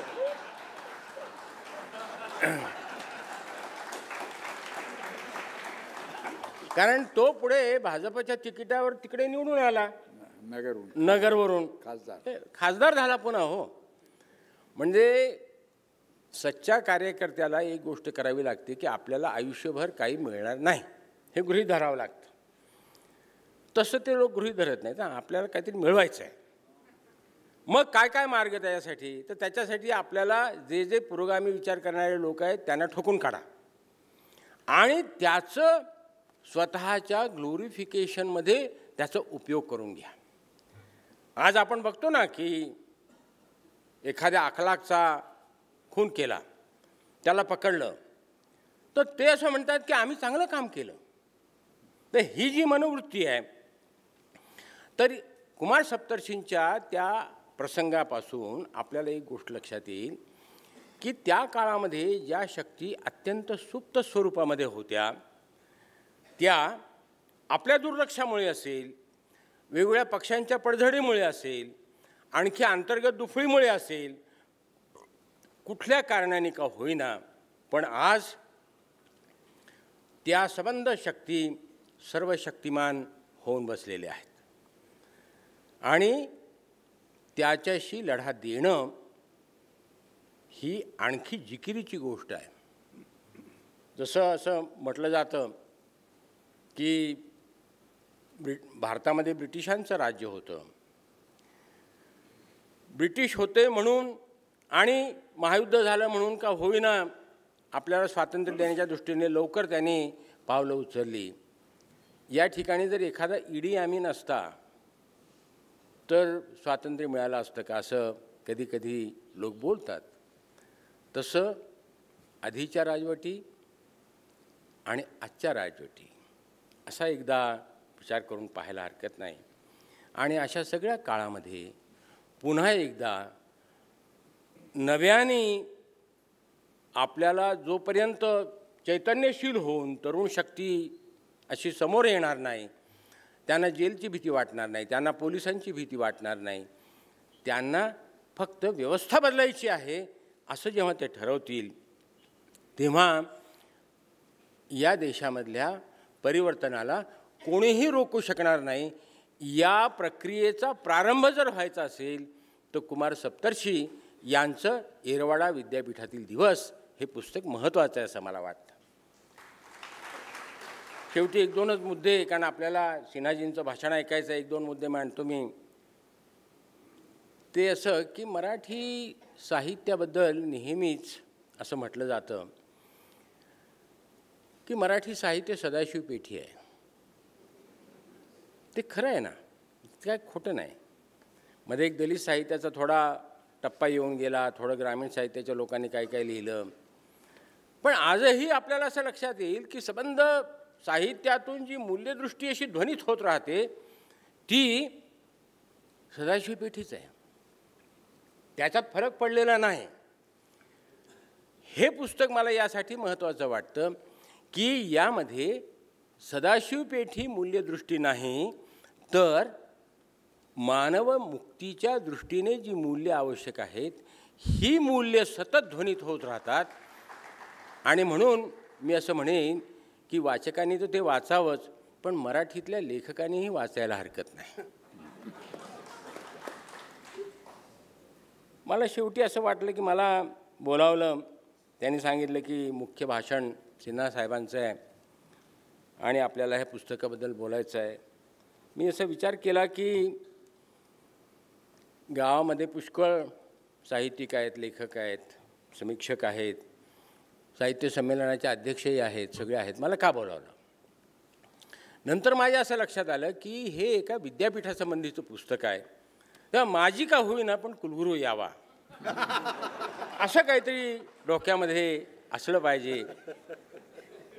पण मी आपल्याला सांगतो की विद्यापीठं हळूहळू कोमेजून जात आहेत. त्यांची स्वायत्तता हळूहळू कशी काढून घ्यायची याची तंत्र निर्माण केली जात आहेत. आणि हा सुद्धा आपल्याला जागे होण्याचा क्षण आहे एवढंच मला वाटतं. आणि या ठिकाणी यांनी मला बोलावलं त्याच्याबद्दल माझे मित्र आणि मार्गदर्शक कुमार सप्तर्षी आणि प्रकाशकांचे आभार मानतो. आपण ऐकून घेतलं त्याच्याबद्दल आपले आभार मानतो.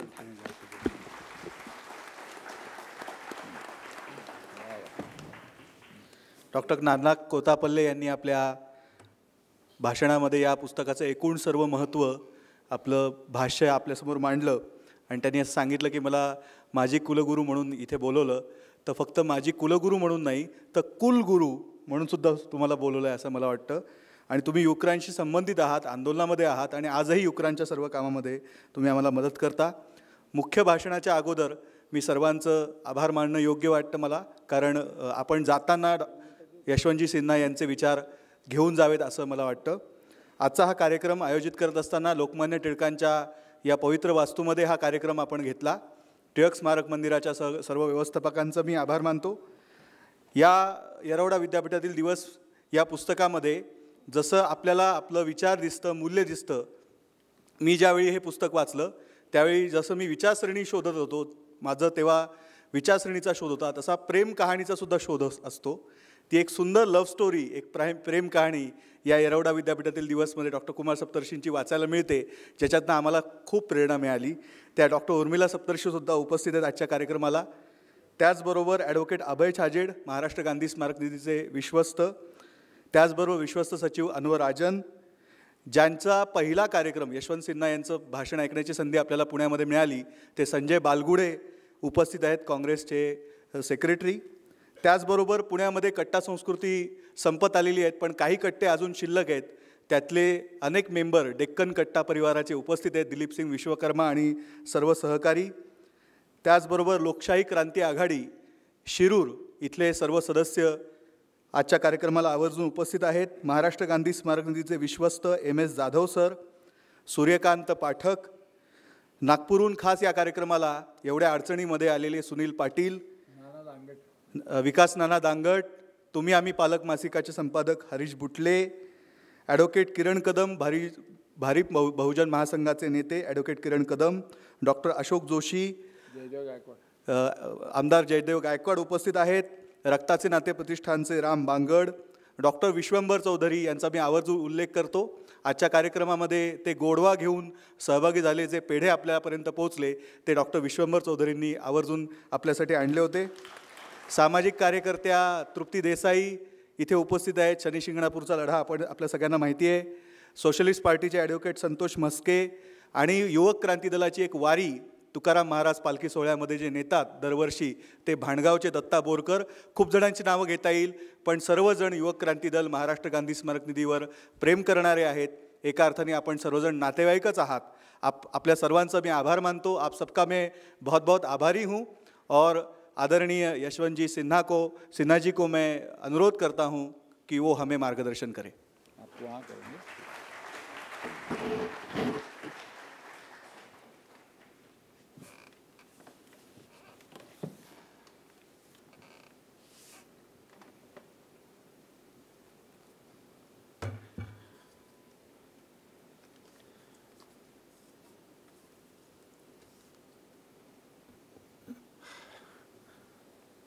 डॉक्टर कुमार सप्तर्षि और मेरे 125 करोड़ देशवासियों,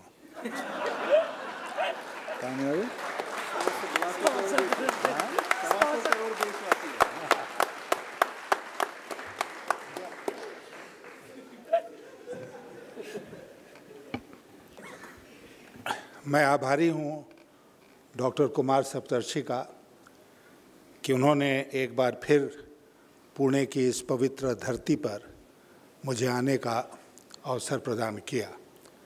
कुछ महीने पहले मैं पुणे आया था और संजय बालगुडे जी, जिनका जिक्र हुआ, उन्होंने एक कार्यक्रम यहाँ पर आयोजित किया था और बहुत प्रसन्नता हुई जब दोबारा मुझे निमंत्रण मिला, क्योंकि मैं जानता हूँ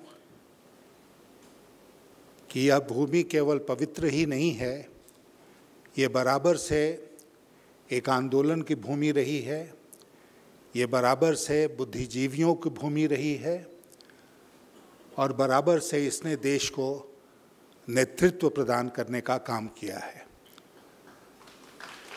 और एक बार फिर हम जिस असामान्य परिस्थिति से गुजर रहे हैं,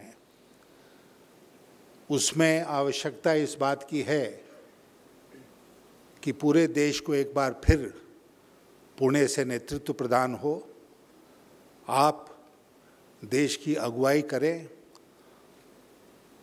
और देश को सही दिशा में ले जाने का प्रयास करें। अगर आपने अपने नागरिक कर्तव्यों का निर्वहन किया तो मुझे पूरा विश्वास है कि जो दिशा बिगड़ गई है वो दिशा फिर दुरुस्त हो जाएगी और हम सब मिलकर इस देश को आगे ले जाने में सफल होंगे। आज मुझे इस बात की भी खुशी है कि जो पुस्तक डॉक्टर कुमार सप्तर्षि ने लिखा है उसका विमोचन यहाँ पर हुआ। यरवाड़ा को उन्होंने विद्यापीठ की संज्ञा दी है और सही दी है। अभी हम लोग इसके पहले बातचीत कर रहे थे तो हम दोनों ने स्वीकार किया कि जेल एक स्कूल भी है। वहाँ पर जब हम जाते हैं तो बहुत कुछ सीखने समझने का मौका मिलता है। लेकिन आज की जो परिस्थिति है उसमें नेता लोग जेल नहीं जा रहे हैं। आज की परिस्थिति में नेता टीवी चैनल्स में जाते हैं और वहाँ पर अपनी नेतागिरी चमकाते हैं। तो बहुत सारी परिस्थितियाँ बदल गई हैं। लोग पहले आंदोलन करते थे, अब वक्तव्य जारी करते हैं और सारा कुछ माहौल ऐसा लगता है कि बहुत ही गलत ढंग से परिवर्तित हो गया है। तो मैं डॉक्टर कुमार सप्तर्षि को बधाई देना चाहता हूं कि ये पुस्तक उन्होंने अपडेट किया और आज इसका यहाँ पर विमोचन हुआ। मुझे पूरा विश्वास है कि अधिक से अधिक लोग इसको पढ़ेंगे और इसमें जो ज्ञान है उसका लाभ उठाएंगे।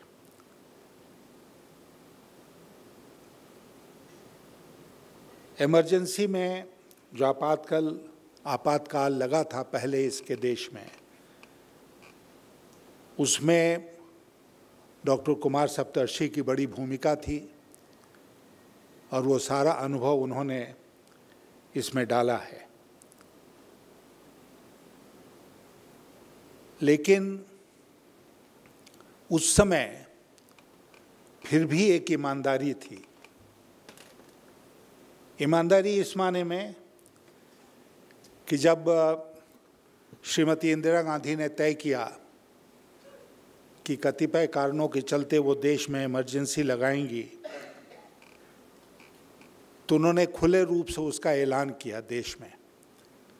और अचानक हम में से उन सब लोगों को वो घड़ी याद है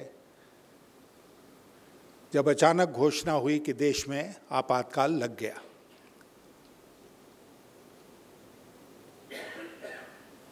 और फिर उसके बाद आपातकाल से मुक्ति पाने के लिए जो आंदोलन हुए, उसके जो परिणाम सामने आए, वो हम सब के लिए आज इतिहास का एक महत्वपूर्ण अंश है, अध्याय है। आज लगभग वही परिस्थितियां फिर से उत्पन्न हो गई हैं, लेकिन उस इमरजेंसी में और आज की इमरजेंसी में बहुत फर्क है। उस समय संविधान में प्रावधान था इंटरनल इमरजेंसी घोषित करने का, और उसी प्रावधान का हम सब जैसा जानते हैं उपयोग कर इंदिरा गांधी ने देश में इमरजेंसी की घोषणा की थी। फिर संविधान में परिवर्तन हुआ, 44th अमेंडमेंट बहुत महत्वपूर्ण एक संशोधन हुआ जनता पार्टी के शासनकाल में। और अब किसी के लिए भी, किसी प्रधानमंत्री के लिए देश में उस प्रकार का आपातकाल की घोषणा करना असंभव हो गया है।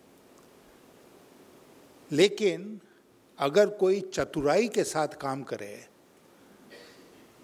तो उससे भी भयानक इमरजेंसी देश में लागू हो सकती है बिना संविधान का सहारा लिए हुए। और आज मैं अगर दिल्ली से चलकर आपके बीच में आया हूं तो यही बताने के लिए आया हूं कि आज की इमरजेंसी क्या है, और खास करके उस समय की तुलना में आज की इमरजेंसी का स्वरूप क्या है। कोई भी व्यक्ति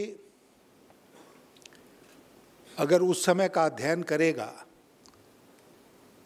तो कुछ बातें उसके ध्यान में आएंगी कि आप इमरजेंसी जब लगाते हैं देश में तो आप क्या करते हैं। आप सबसे पहले पूरी सरकार को अपने कब्जे में ले लेते हैं। आप सबसे पहले जो सरकार की संस्थाएं हैं उसको अपने कब्जे में लेते हैं और उनको निष्क्रिय कर देते हैं। आप मीडिया को अपने कब्जे में लेते हैं, आप संसद को अपने कब्जे में लेते हैं, आप जुडिशरी को अपने कब्जे में लेते हैं, आप देश की जो संस्थाएं हैं जिनको इन्वेस्टिगेटिव एजेंसीज कहा जाता है उनको अपने कब्जे में लेकर निर्देश देते हैं कि उनको क्या करना चाहिए। और जितनी संस्थाएं हैं जिस पर देश के लोगों का भरोसा है, उन संस्थाओं को आप कब्जे में लेकर जैसे चाहते हैं वैसे नचाते हैं। आज के शासकों ने ये प्रूफ कर दिया, इस बात को साबित कर दिया कि देश में इमरजेंसी लग सकती है बिना इमरजेंसी की घोषणा किए। और मैं अब थोड़ा विस्तार में जाकर आपको बताना चाहूँगा कि मैं ऐसा क्यों कह रहा हूँ।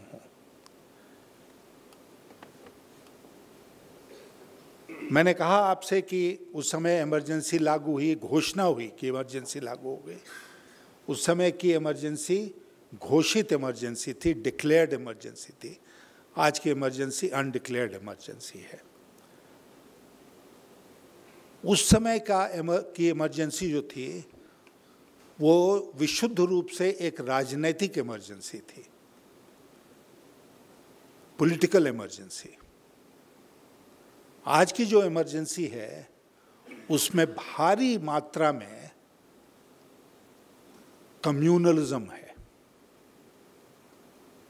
सांप्रदायिकता है, और इसलिए उस पॉलिटिकल इमरजेंसी की तुलना में आज की जो कम्युनल इमरजेंसी है वो कहीं ज़्यादा खतरनाक है, और हम उसका कहीं ना कहीं उदाहरण रोज देखते हैं। जैसा मैंने कहा कि प्रजातंत्र की जो संस्थाएं हैं हमारे देश में, जिसका निर्माण किया गया बाबा साहब अंबेडकर के नेतृत्व में, वो इमरजेंसी में भी कॉम्प्रोमाइज्ड हुई, आज उससे कहीं ज़्यादा कॉम्प्रोमाइज्ड है। और मैं अब कुछ उदाहरण देकर आपको बताना चाहता हूं कि मैं ऐसा क्यों कह रहा हूं। आप सब जानते हैं कि संविधान के निर्माताओं ने ये तय किया कि हमारे देश में राष्ट्रपति प्रणाली वाली डेमोक्रेसी नहीं चलेगी। हमारा जो प्रजातंत्र होगा वह जो वेस्टमिंस्टर टाइप ऑफ डेमोक्रेसी है, पार्लियामेंट्री डेमोक्रेसी, उस पार्लियामेंट्री डेमोक्रेसी के तर्ज पर भारत में भी प्रजातंत्र चलेगा। और हमने जिन संस्थाओं का निर्माण किया वो पार्लियामेंट्री डेमोक्रेसी की संस्थाएं हैं, वो प्रेसिडेंशियल डेमोक्रेसी की संस्थाएं नहीं हैं। और उन संस्थाओं में एक बहुत महत्वपूर्ण संस्था है कैबिनेट। और आप जानते हैं कि जो ब्रिटेन की परंपरा है उसके मुताबिक हमारे देश में भी बड़े से बड़े नेता हुए, प्रधानमंत्री हुए, लेकिन प्रधानमंत्री का दर्जा क्या होता है? फर्स्ट अमंगस्ट इक्वल्स, सारे लोग बराबर हैं, उसमें आप एक नंबर के ओहदे पर हैं। लेकिन बराबरी नहीं गई, बराबरी के ओहदे पर सब लोग हैं। कैबिनेट जो संस्था है वही पूरी तरह से जिम्मेदार है जो संसद है उसके प्रति, विशेषकर लोकसभा के प्रति हमारे देश में। तो कैबिनेट का बहुत महत्वपूर्ण स्थान है। आज कैबिनेट की क्या दुर्दशा है? आज कैबिनेट की दुर्दशा ये है कि हमारे गृह मंत्री जी जो दूसरे नंबर पर हैं कैबिनेट में कहने के वास्ते, तो वो कश्मीर गए, श्रीनगर गए, वहाँ पर उन्होंने बहुत तारीफ की महबूबा मुफ्ती की जो मुख्यमंत्री थीं, और पूरी तरह से सरकार के कामकाज से संतुष्ट होकर दिल्ली लौटे। उसके कुछ दिनों के बाद भारतीय जनता पार्टी ने तय किया कि हम महबूबा मुफ्ती की सरकार से समर्थन वापस लेंगे, जिसके चलते महबूबा मुफ्ती को इस्तीफा देना पड़ा।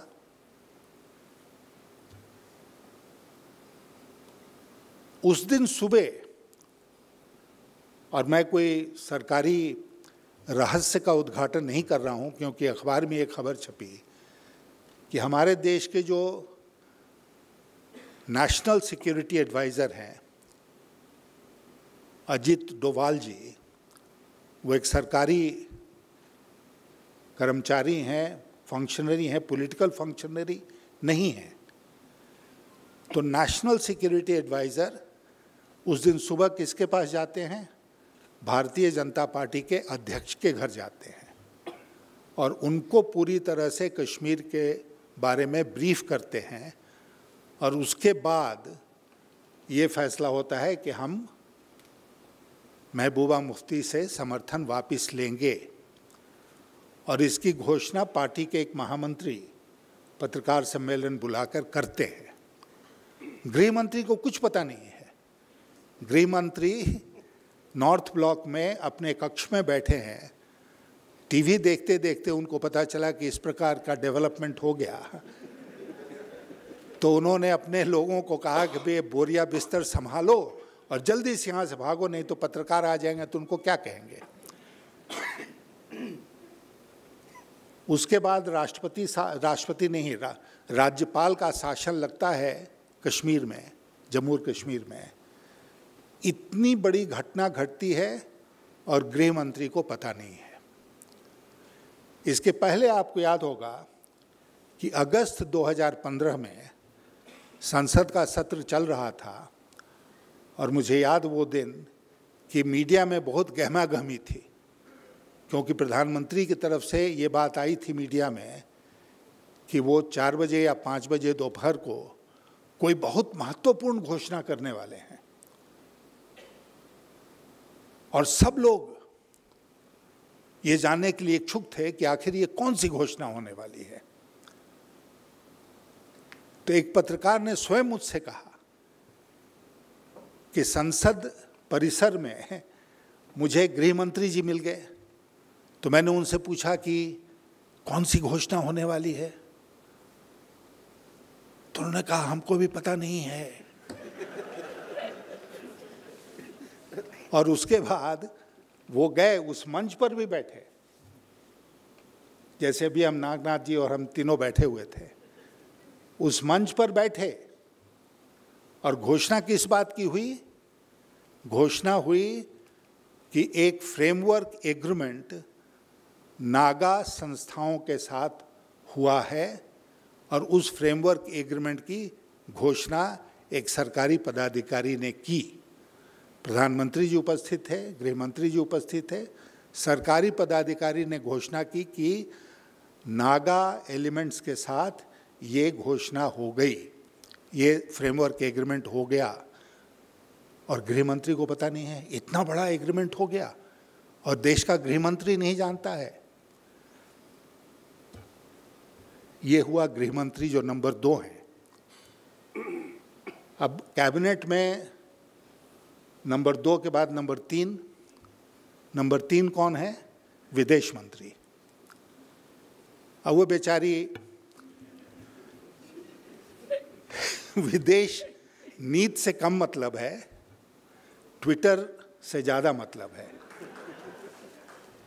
अब वो मदद करती हैं, बहुत अच्छा काम कर रही हैं कि जो भारतीय इधर उधर फंस जाते हैं, कोई बच्चा फंस जाता है, कहीं गीता कहीं सीता, तो उनकी मदद करती हैं। लेकिन प्रधानमंत्री कोई भी महत्वपूर्ण बात जब होती है विदेश नीति की, तो उनको साथ नहीं रखते हैं। और सबसे बुरा तो उस समय हुआ कि एक घटना घट गई लखनऊ में, किसी पासपोर्ट ऑफिशियल का ट्रांसफ़र हो गया, तो उनको लोगों ने इतनी, यही उन्हीं की पार्टी के जो ट्रोल्स हैं, उन्होंने इतना घेरा सोशल मीडिया में उनको कि किसी ने ये भी कह दिया कि जब से ये इस्लामिक किडनी लगा कर आई हैं, तब से उनका पूरा चरित्र बदल गया है। इस्लामिक किडनी तक की बात हो गई। बताइए कितना नीचे हम लोग गिर सकते हैं। तो ये है सुषमा जी का हाल। उसके बाद सरकार के सबसे दबंग मंत्री जो वित्त मंत्री हैं, वित्त मंत्री जी को पता नहीं था कि डिमोनेटाइजेशन होने वाला है।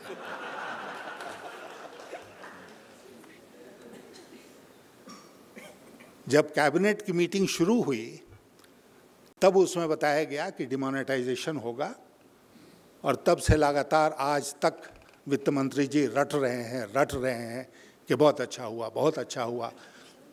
अरे तुम्हारा फैसला ही नहीं था वो। फिर चौथे नंबर पर, और बहुत महत्वपूर्ण, देश के प्रतिरक्षा मंत्री, डिफेंस मिनिस्टर। उस समय डिफेंस मिनिस्टर पर्रिकर जी थे जब रफाल सौदे को तय किया प्रधानमंत्री जी ने पेरिस में। रक्षा मंत्री को नहीं पता था। रक्षा मंत्री ने उसके बाद बयान दिया कि हाँ प्रधानमंत्री का फैसला है, हम उसके साथ हैं। 2 बार ऐसा बयान उन्होंने दिया। तो इतना बड़ा सौदा हो जाता है, लगभग 60,000 करोड़ रुपए का, कि फ्रांस से हम रफाल एयरक्राफ्ट, फाइटर एयरक्राफ्ट खरीदेंगे, और देश के रक्षा मंत्री को इसकी जानकारी बाद में मिलती है।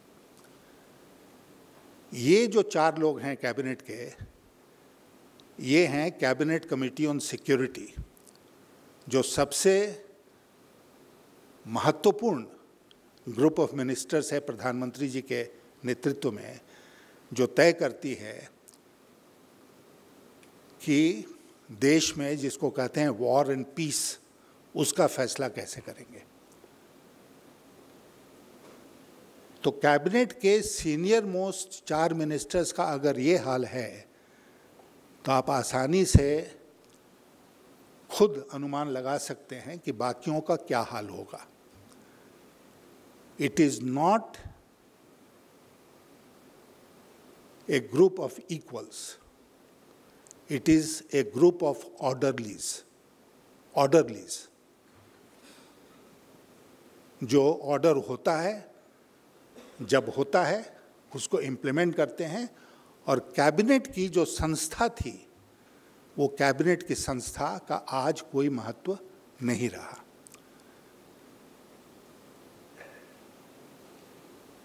फैसला सब कुछ एक आदमी के हाथ में है,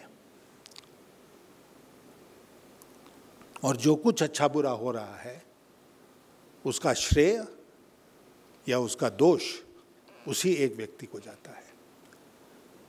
कल हम लोग दिल्ली में अरुण शौरी जी और मशहूर वकील हैं प्रशांत भूषण जी, उनके साथ मिलकर हम लोग एक पत्रकार सम्मेलन कर रहे थे रफाल के सौदे के बारे में। कम से कम 35,000 करोड़ रुपए का ये स्कैम है। 35,000 करोड़ रुपए का। हम लोगों ने सारा का सारा उसमें डॉक्यूमेंट्स लगाया। 50 पेज का हम लोगों ने स्टेटमेंट जारी किया कि कैसे कैसे कैसे कैसे घपला हुआ है, लेकिन कहीं इसके बारे में कोई चूं तक नहीं कस रहा है, क्योंकि सब लोग कहीं न कहीं खामोश रहने के लिए मजबूर हैं।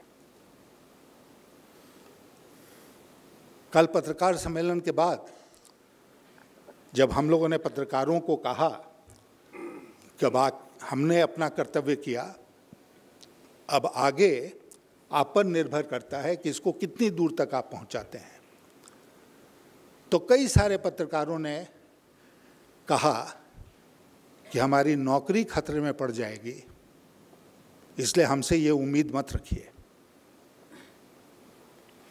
और इसीलिए कैबिनेट के बाद मैं आता हूं प्रजातंत्र के चौथे स्तंभ के बारे में आपसे कुछ निवेदन करने के लिए। मीडिया, जिसका कितना बड़ा रोल है प्रजातंत्र में, उससे हम सब लोग वाकिफ हैं। मीडिया का क्या हाल हो गया है आज। हम सब लोग, न केवल यहाँ, पुणे तो मेट्रोपोलिस है, गांव देहात में पान की दुकान पर, चाय की दुकान पर एक अखबार आता है और सब लोग मिलकर उस अखबार को पढ़ते हैं और बाद में कहते हैं नहीं, अखबार की छपी हुई खबर है, इस पर अविश्वास नहीं किया जा सकता है। उन अखबारों का क्या हाल हो गया आज। सारा कुछ अब निर्देशित होता है भारतीय जनता पार्टी के कार्यालय से। और अगर आपको विश्वास नहीं है तो हाल में पुण्य प्रसन्न वाजपेयी के साथ जो घटना घटी और उसके बारे में उन्होंने जो लिखकर सोशल मीडिया में चलाया, क्योंकि जनरल मीडिया में ये नहीं छपी खबर कहीं पर कि वो हटाए गए एबीपी न्यूज़ से, और उन्होंने हटाने के बाद क्या कहा ये कहीं खबर नहीं है, लेकिन सोशल मीडिया में चली। और सोशल मीडिया में जो स्वयं पुण्य प्रसन्न वाजपेयी ने अपनी व्यथा का वर्णन किया, उसको अगर आदमी पढ़ता है तो आंखों में आंसू आते हैं। ये स्थिति आ गई आज के दिन कि पत्रकार को, टीवी एंकर को, प्रोग्राम प्रेजेंटर को कहा जाएगा कि तुम ये नहीं कहोगे, ये तुम नाम नहीं लोगे, तो फिर बचा क्या। और ठीक ही कहा, इसीलिए कल हम लोगों से पत्रकारों ने कि हमारे भी बाल बच्चे हैं, हमारे लिए नौकरी से जो तनख्वाह मिलती है उसका बड़ा महत्व है, और बाल बच्चों का भविष्य जो है उसको खतरे में डालकर हम आपकी खबर छापने के लिए तैयार नहीं हैं।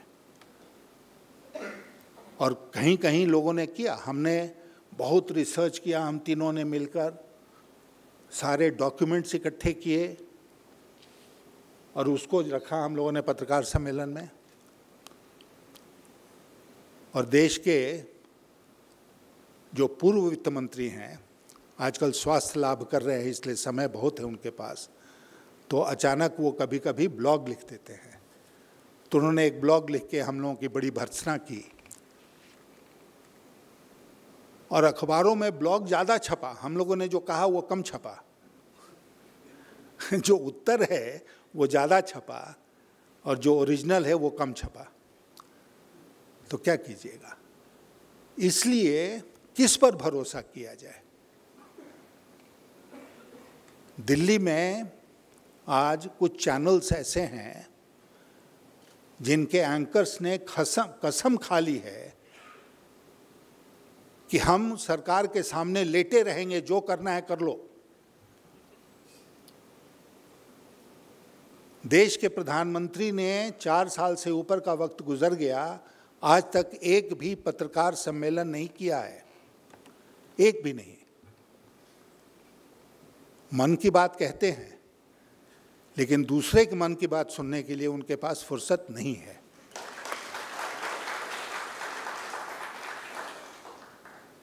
और सवाल उनसे वही पूछे जाते हैं जो पहले से लिखकर एंकर्स को दिए जाते हैं, अगर वो कहीं किसी टीवी चैनल को इंटरव्यू देते हैं, और वो भी साष्टांग उनके सामने लेटा रहता है जो एंकर है कि हुजूर मालिक, अगर आदेश हो तो हम एक सवाल पूछ लें।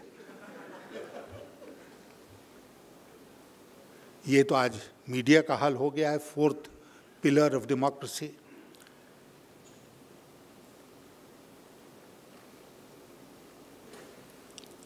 उसके बाद सबसे बड़ी संस्था जो है हमारे प्रजातंत्र की, जिसमें देश की सॉवरेंटी है, वो है पार्लियामेंट।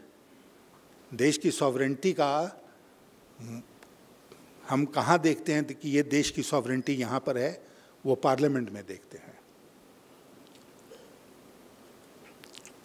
पार्लियामेंट का हाल ये हो गया है कि थोड़े थोड़े छोटे छोटे सत्र होने लगे हैं। जैसे राज्यों में विधानसभाओं का हाल हो गया, अब लगभग वही हाल धीरे धीरे पार्लियामेंट का भी हो रहा है। छोटे छोटे कम से कम दिन के सत्र। अभी जो ये मॉनसून सत्र है, इसमें मात्र 18 वर्किंग डेज हैं, जो कल समाप्त हो रहा है। 18 वर्किंग डेज।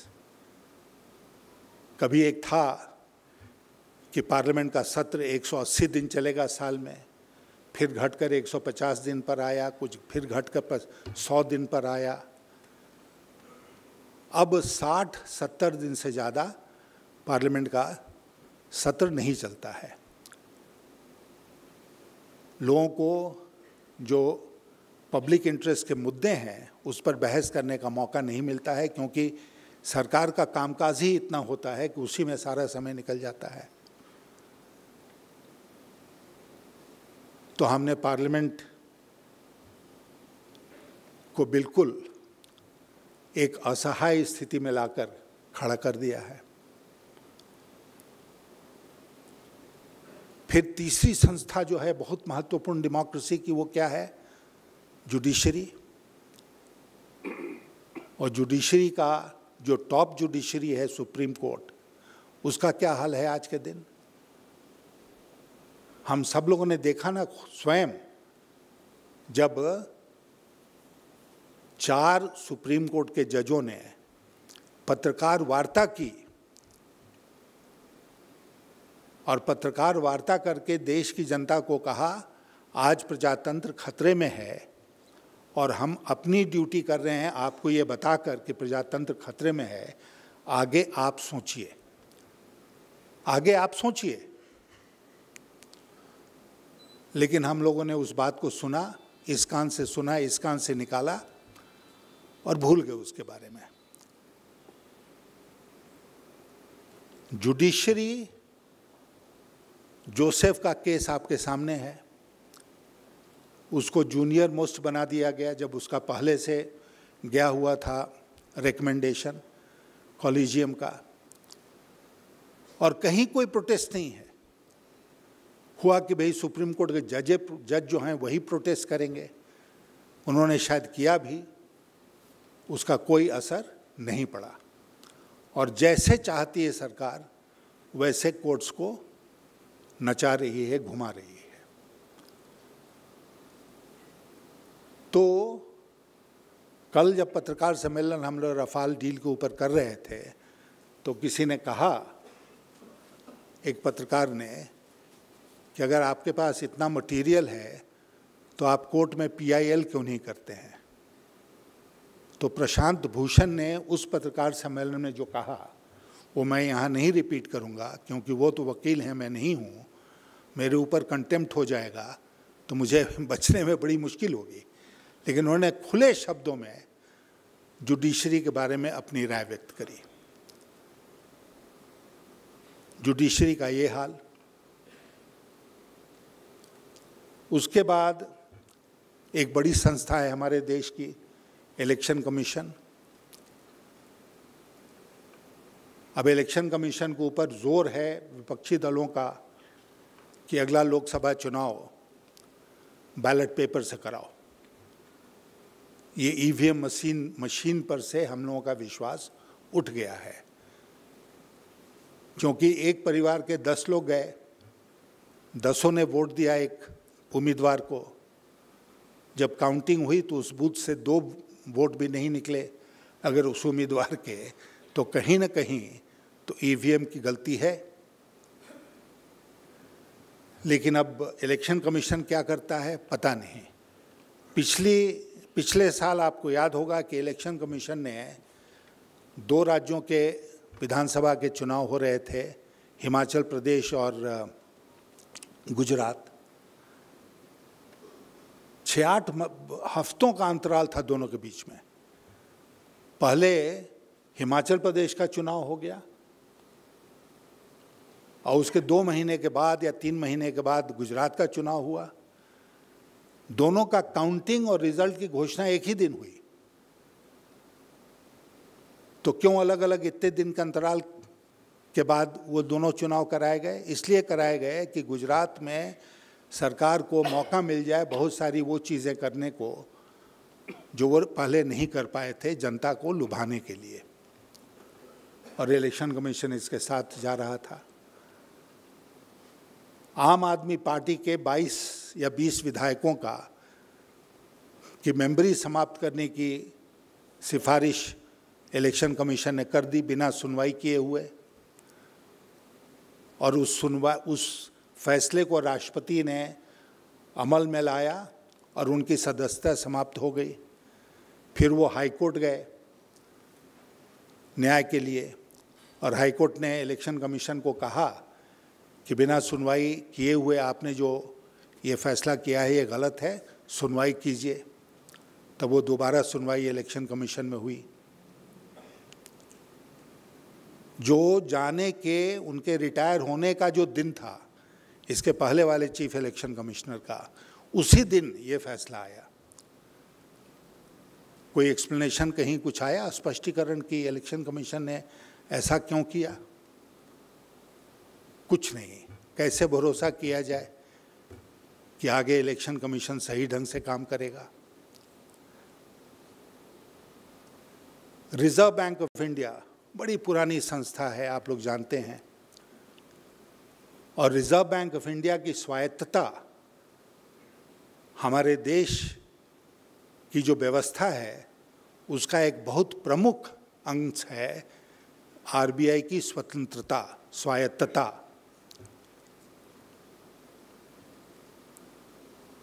RBI के बोर्ड को RBI के गवर्नर को कहा जाता है कि अपनी बोर्ड की बैठक बुलाओ, इतने बजे तक फैसला कर दो कि देश में डिमोनेटाइजेशन होना चाहिए और फैसले से सरकार को अवगत कराओ।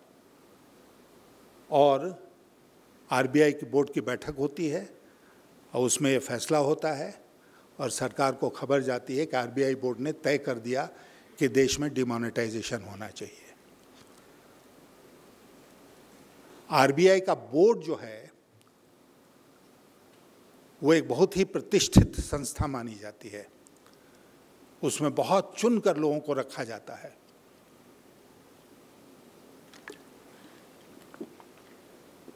कि अगर कोई भी बोर्ड इस देश में है जिसकी सबसे ज़्यादा इज्जत है, प्रतिष्ठा है, तो वो है आरबीआई बोर्ड। अभी हाल में 2 नियुक्तियां हुई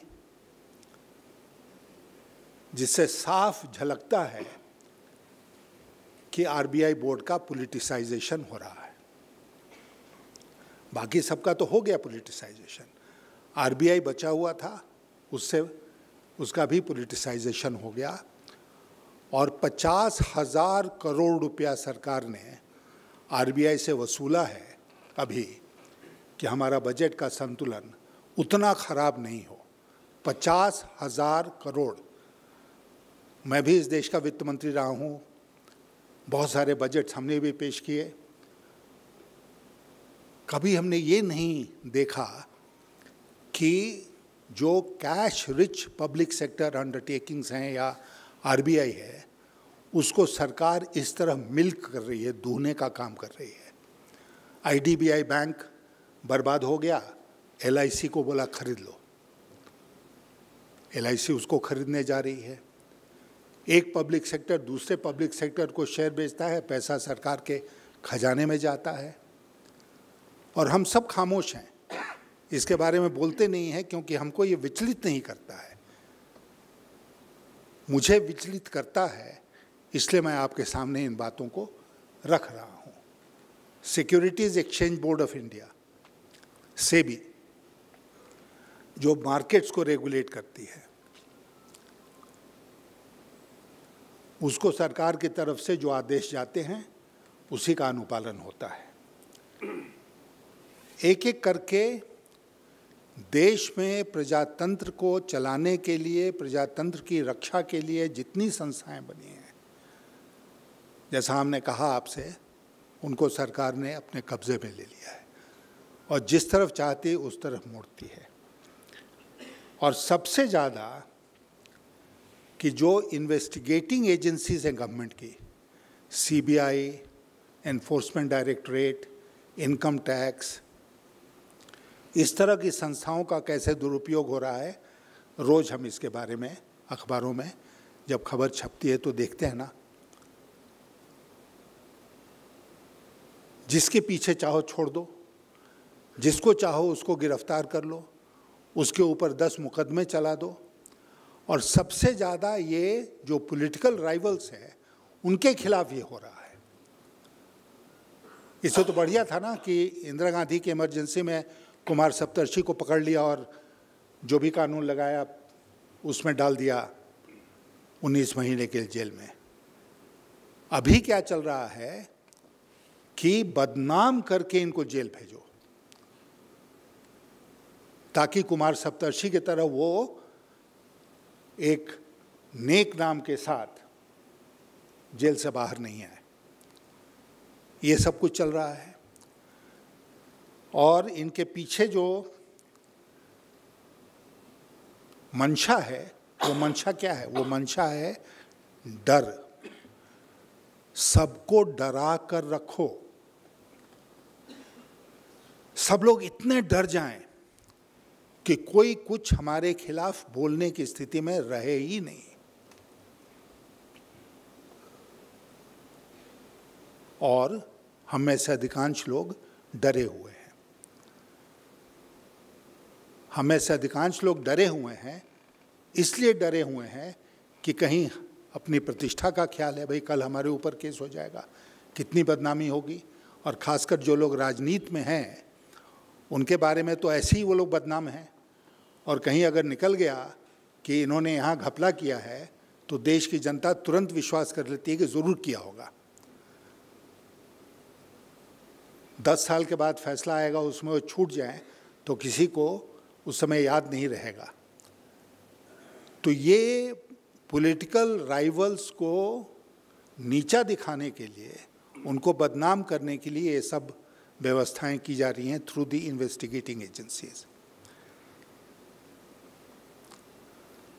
तो अब आप बताइए कि अगर इस प्रकार भय का वातावरण है, इस प्रकार देश की जो प्रजातंत्र की संस्थाएं हैं उनको कंट्रोल करा जा रहा है, देश की मीडिया को पूरी तरह से कब्जे में ले लिया गया है, तो ये इमरजेंसी नहीं है तो और क्या है? और क्या है? और इसलिए इस इमरजेंसी के खिलाफ खड़ा होना पड़ेगा। इस इमरजेंसी के खिलाफ खड़ा होना पड़ेगा। देश में इस संदेश को लेकर जाने की जरूरत है, और अगर हम ऐसा नहीं करते हैं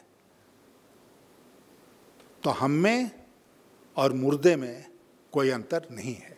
हम सब मुर्दा हो गए। इसका मतलब कि हमें कुछ उद्वेलित नहीं करता है, कुछ विचलित नहीं करता है, हमारे अंदर कोई हलचल होती ही नहीं है, कोई स्पंदन ही नहीं है। क्या हम उस स्थिति को प्राप्त हो गए? नहीं प्राप्त हुए हैं।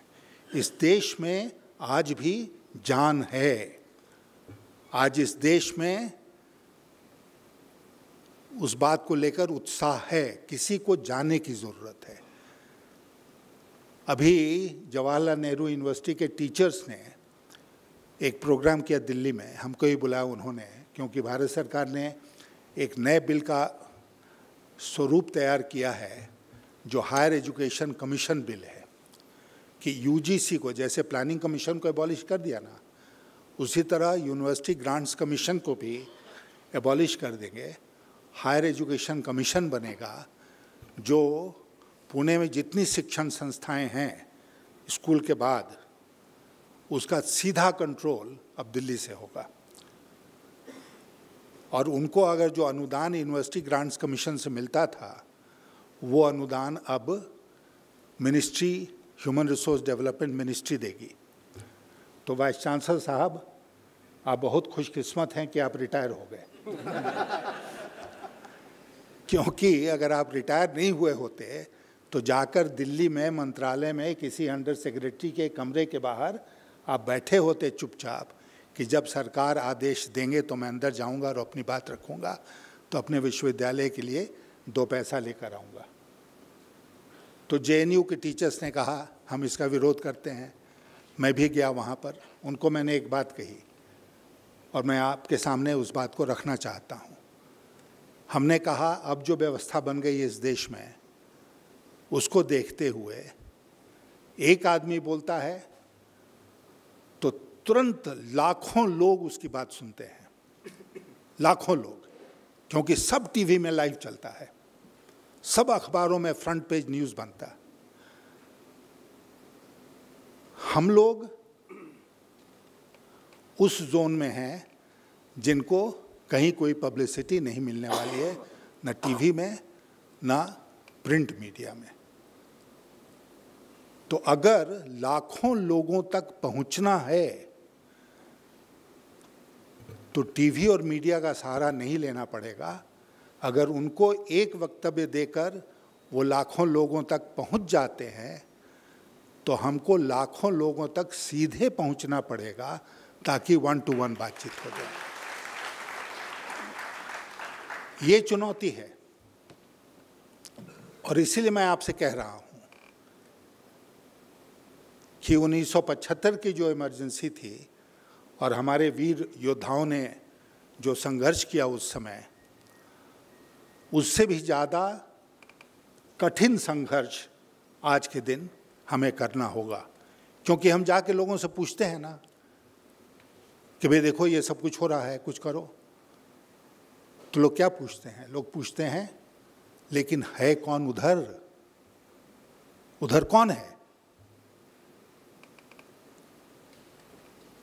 इधर तो मोदी है, उधर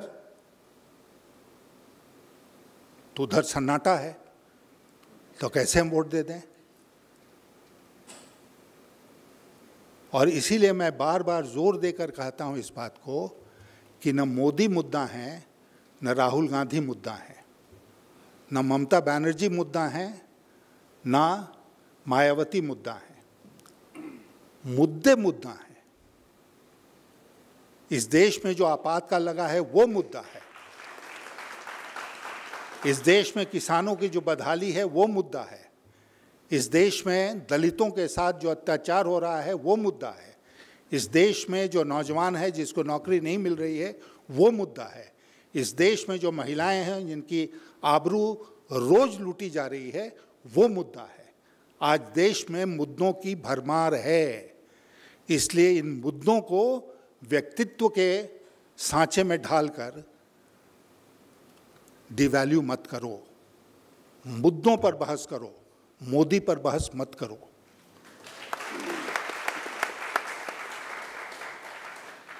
और अगर हम भारतीय जनता पार्टी के ट्रैप में, उसके जाल में फंस गए तो हम यही सवाल पूछेंगे कि उधर तो मोदी, इधर कौन। और जोर देकर आप कहिए, हर आदमी यहाँ से एक ही संदेश लेकर जाए कि उधर देश की जनता, अगर उधर मोदी तो इधर देश की जनता। और देश की जनता जब मन बना लेगी ना तो बड़े बड़े किले ढह जाते हैं, बड़े बड़े किले ढह जाएंगे। इससे भी बड़े आताताइयों को इस देश ने देखा है, और वो कहाँ चले गए, इतिहास के किस कोने में खो गए, नहीं पता चलता है। इसलिए आपसे मैं निवेदन करने के लिए आया हूँ कि ये जो गंभीर मुद्दे हैं देश के सामने, उस पर विचार करने का वक्त आ गया है।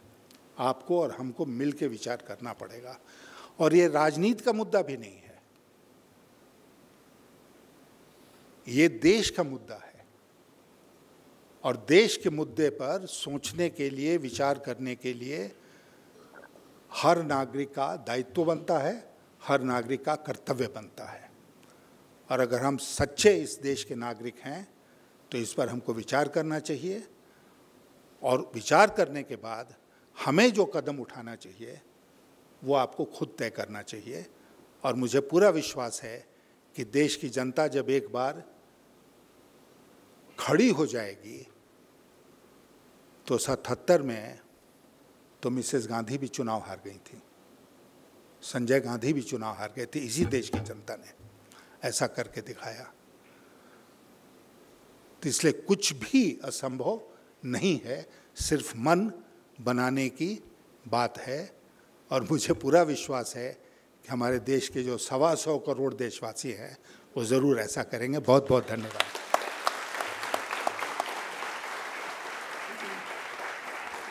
बहुत बहुत धन्यवाद। यशवंत सिन्हा जी ने जो आवाहन किया है उस विचार मंथन को हम साथ में लेके जाएंगे। सगळ्यांना विनंती आहे की जाताना आवर्जून येरवडा विद्यापीठातील दिवस हे पुस्तक, संग्राह्य पुस्तक आपल्या घरी घेऊन जावं। सवलतीच्या किमतीमध्ये 300 रुपयात हे पुस्तक उपलब्ध आहे। मी मान्यवरांच्या परवानगीने हा कार्यक्रम संपला असं जाहीर करतो।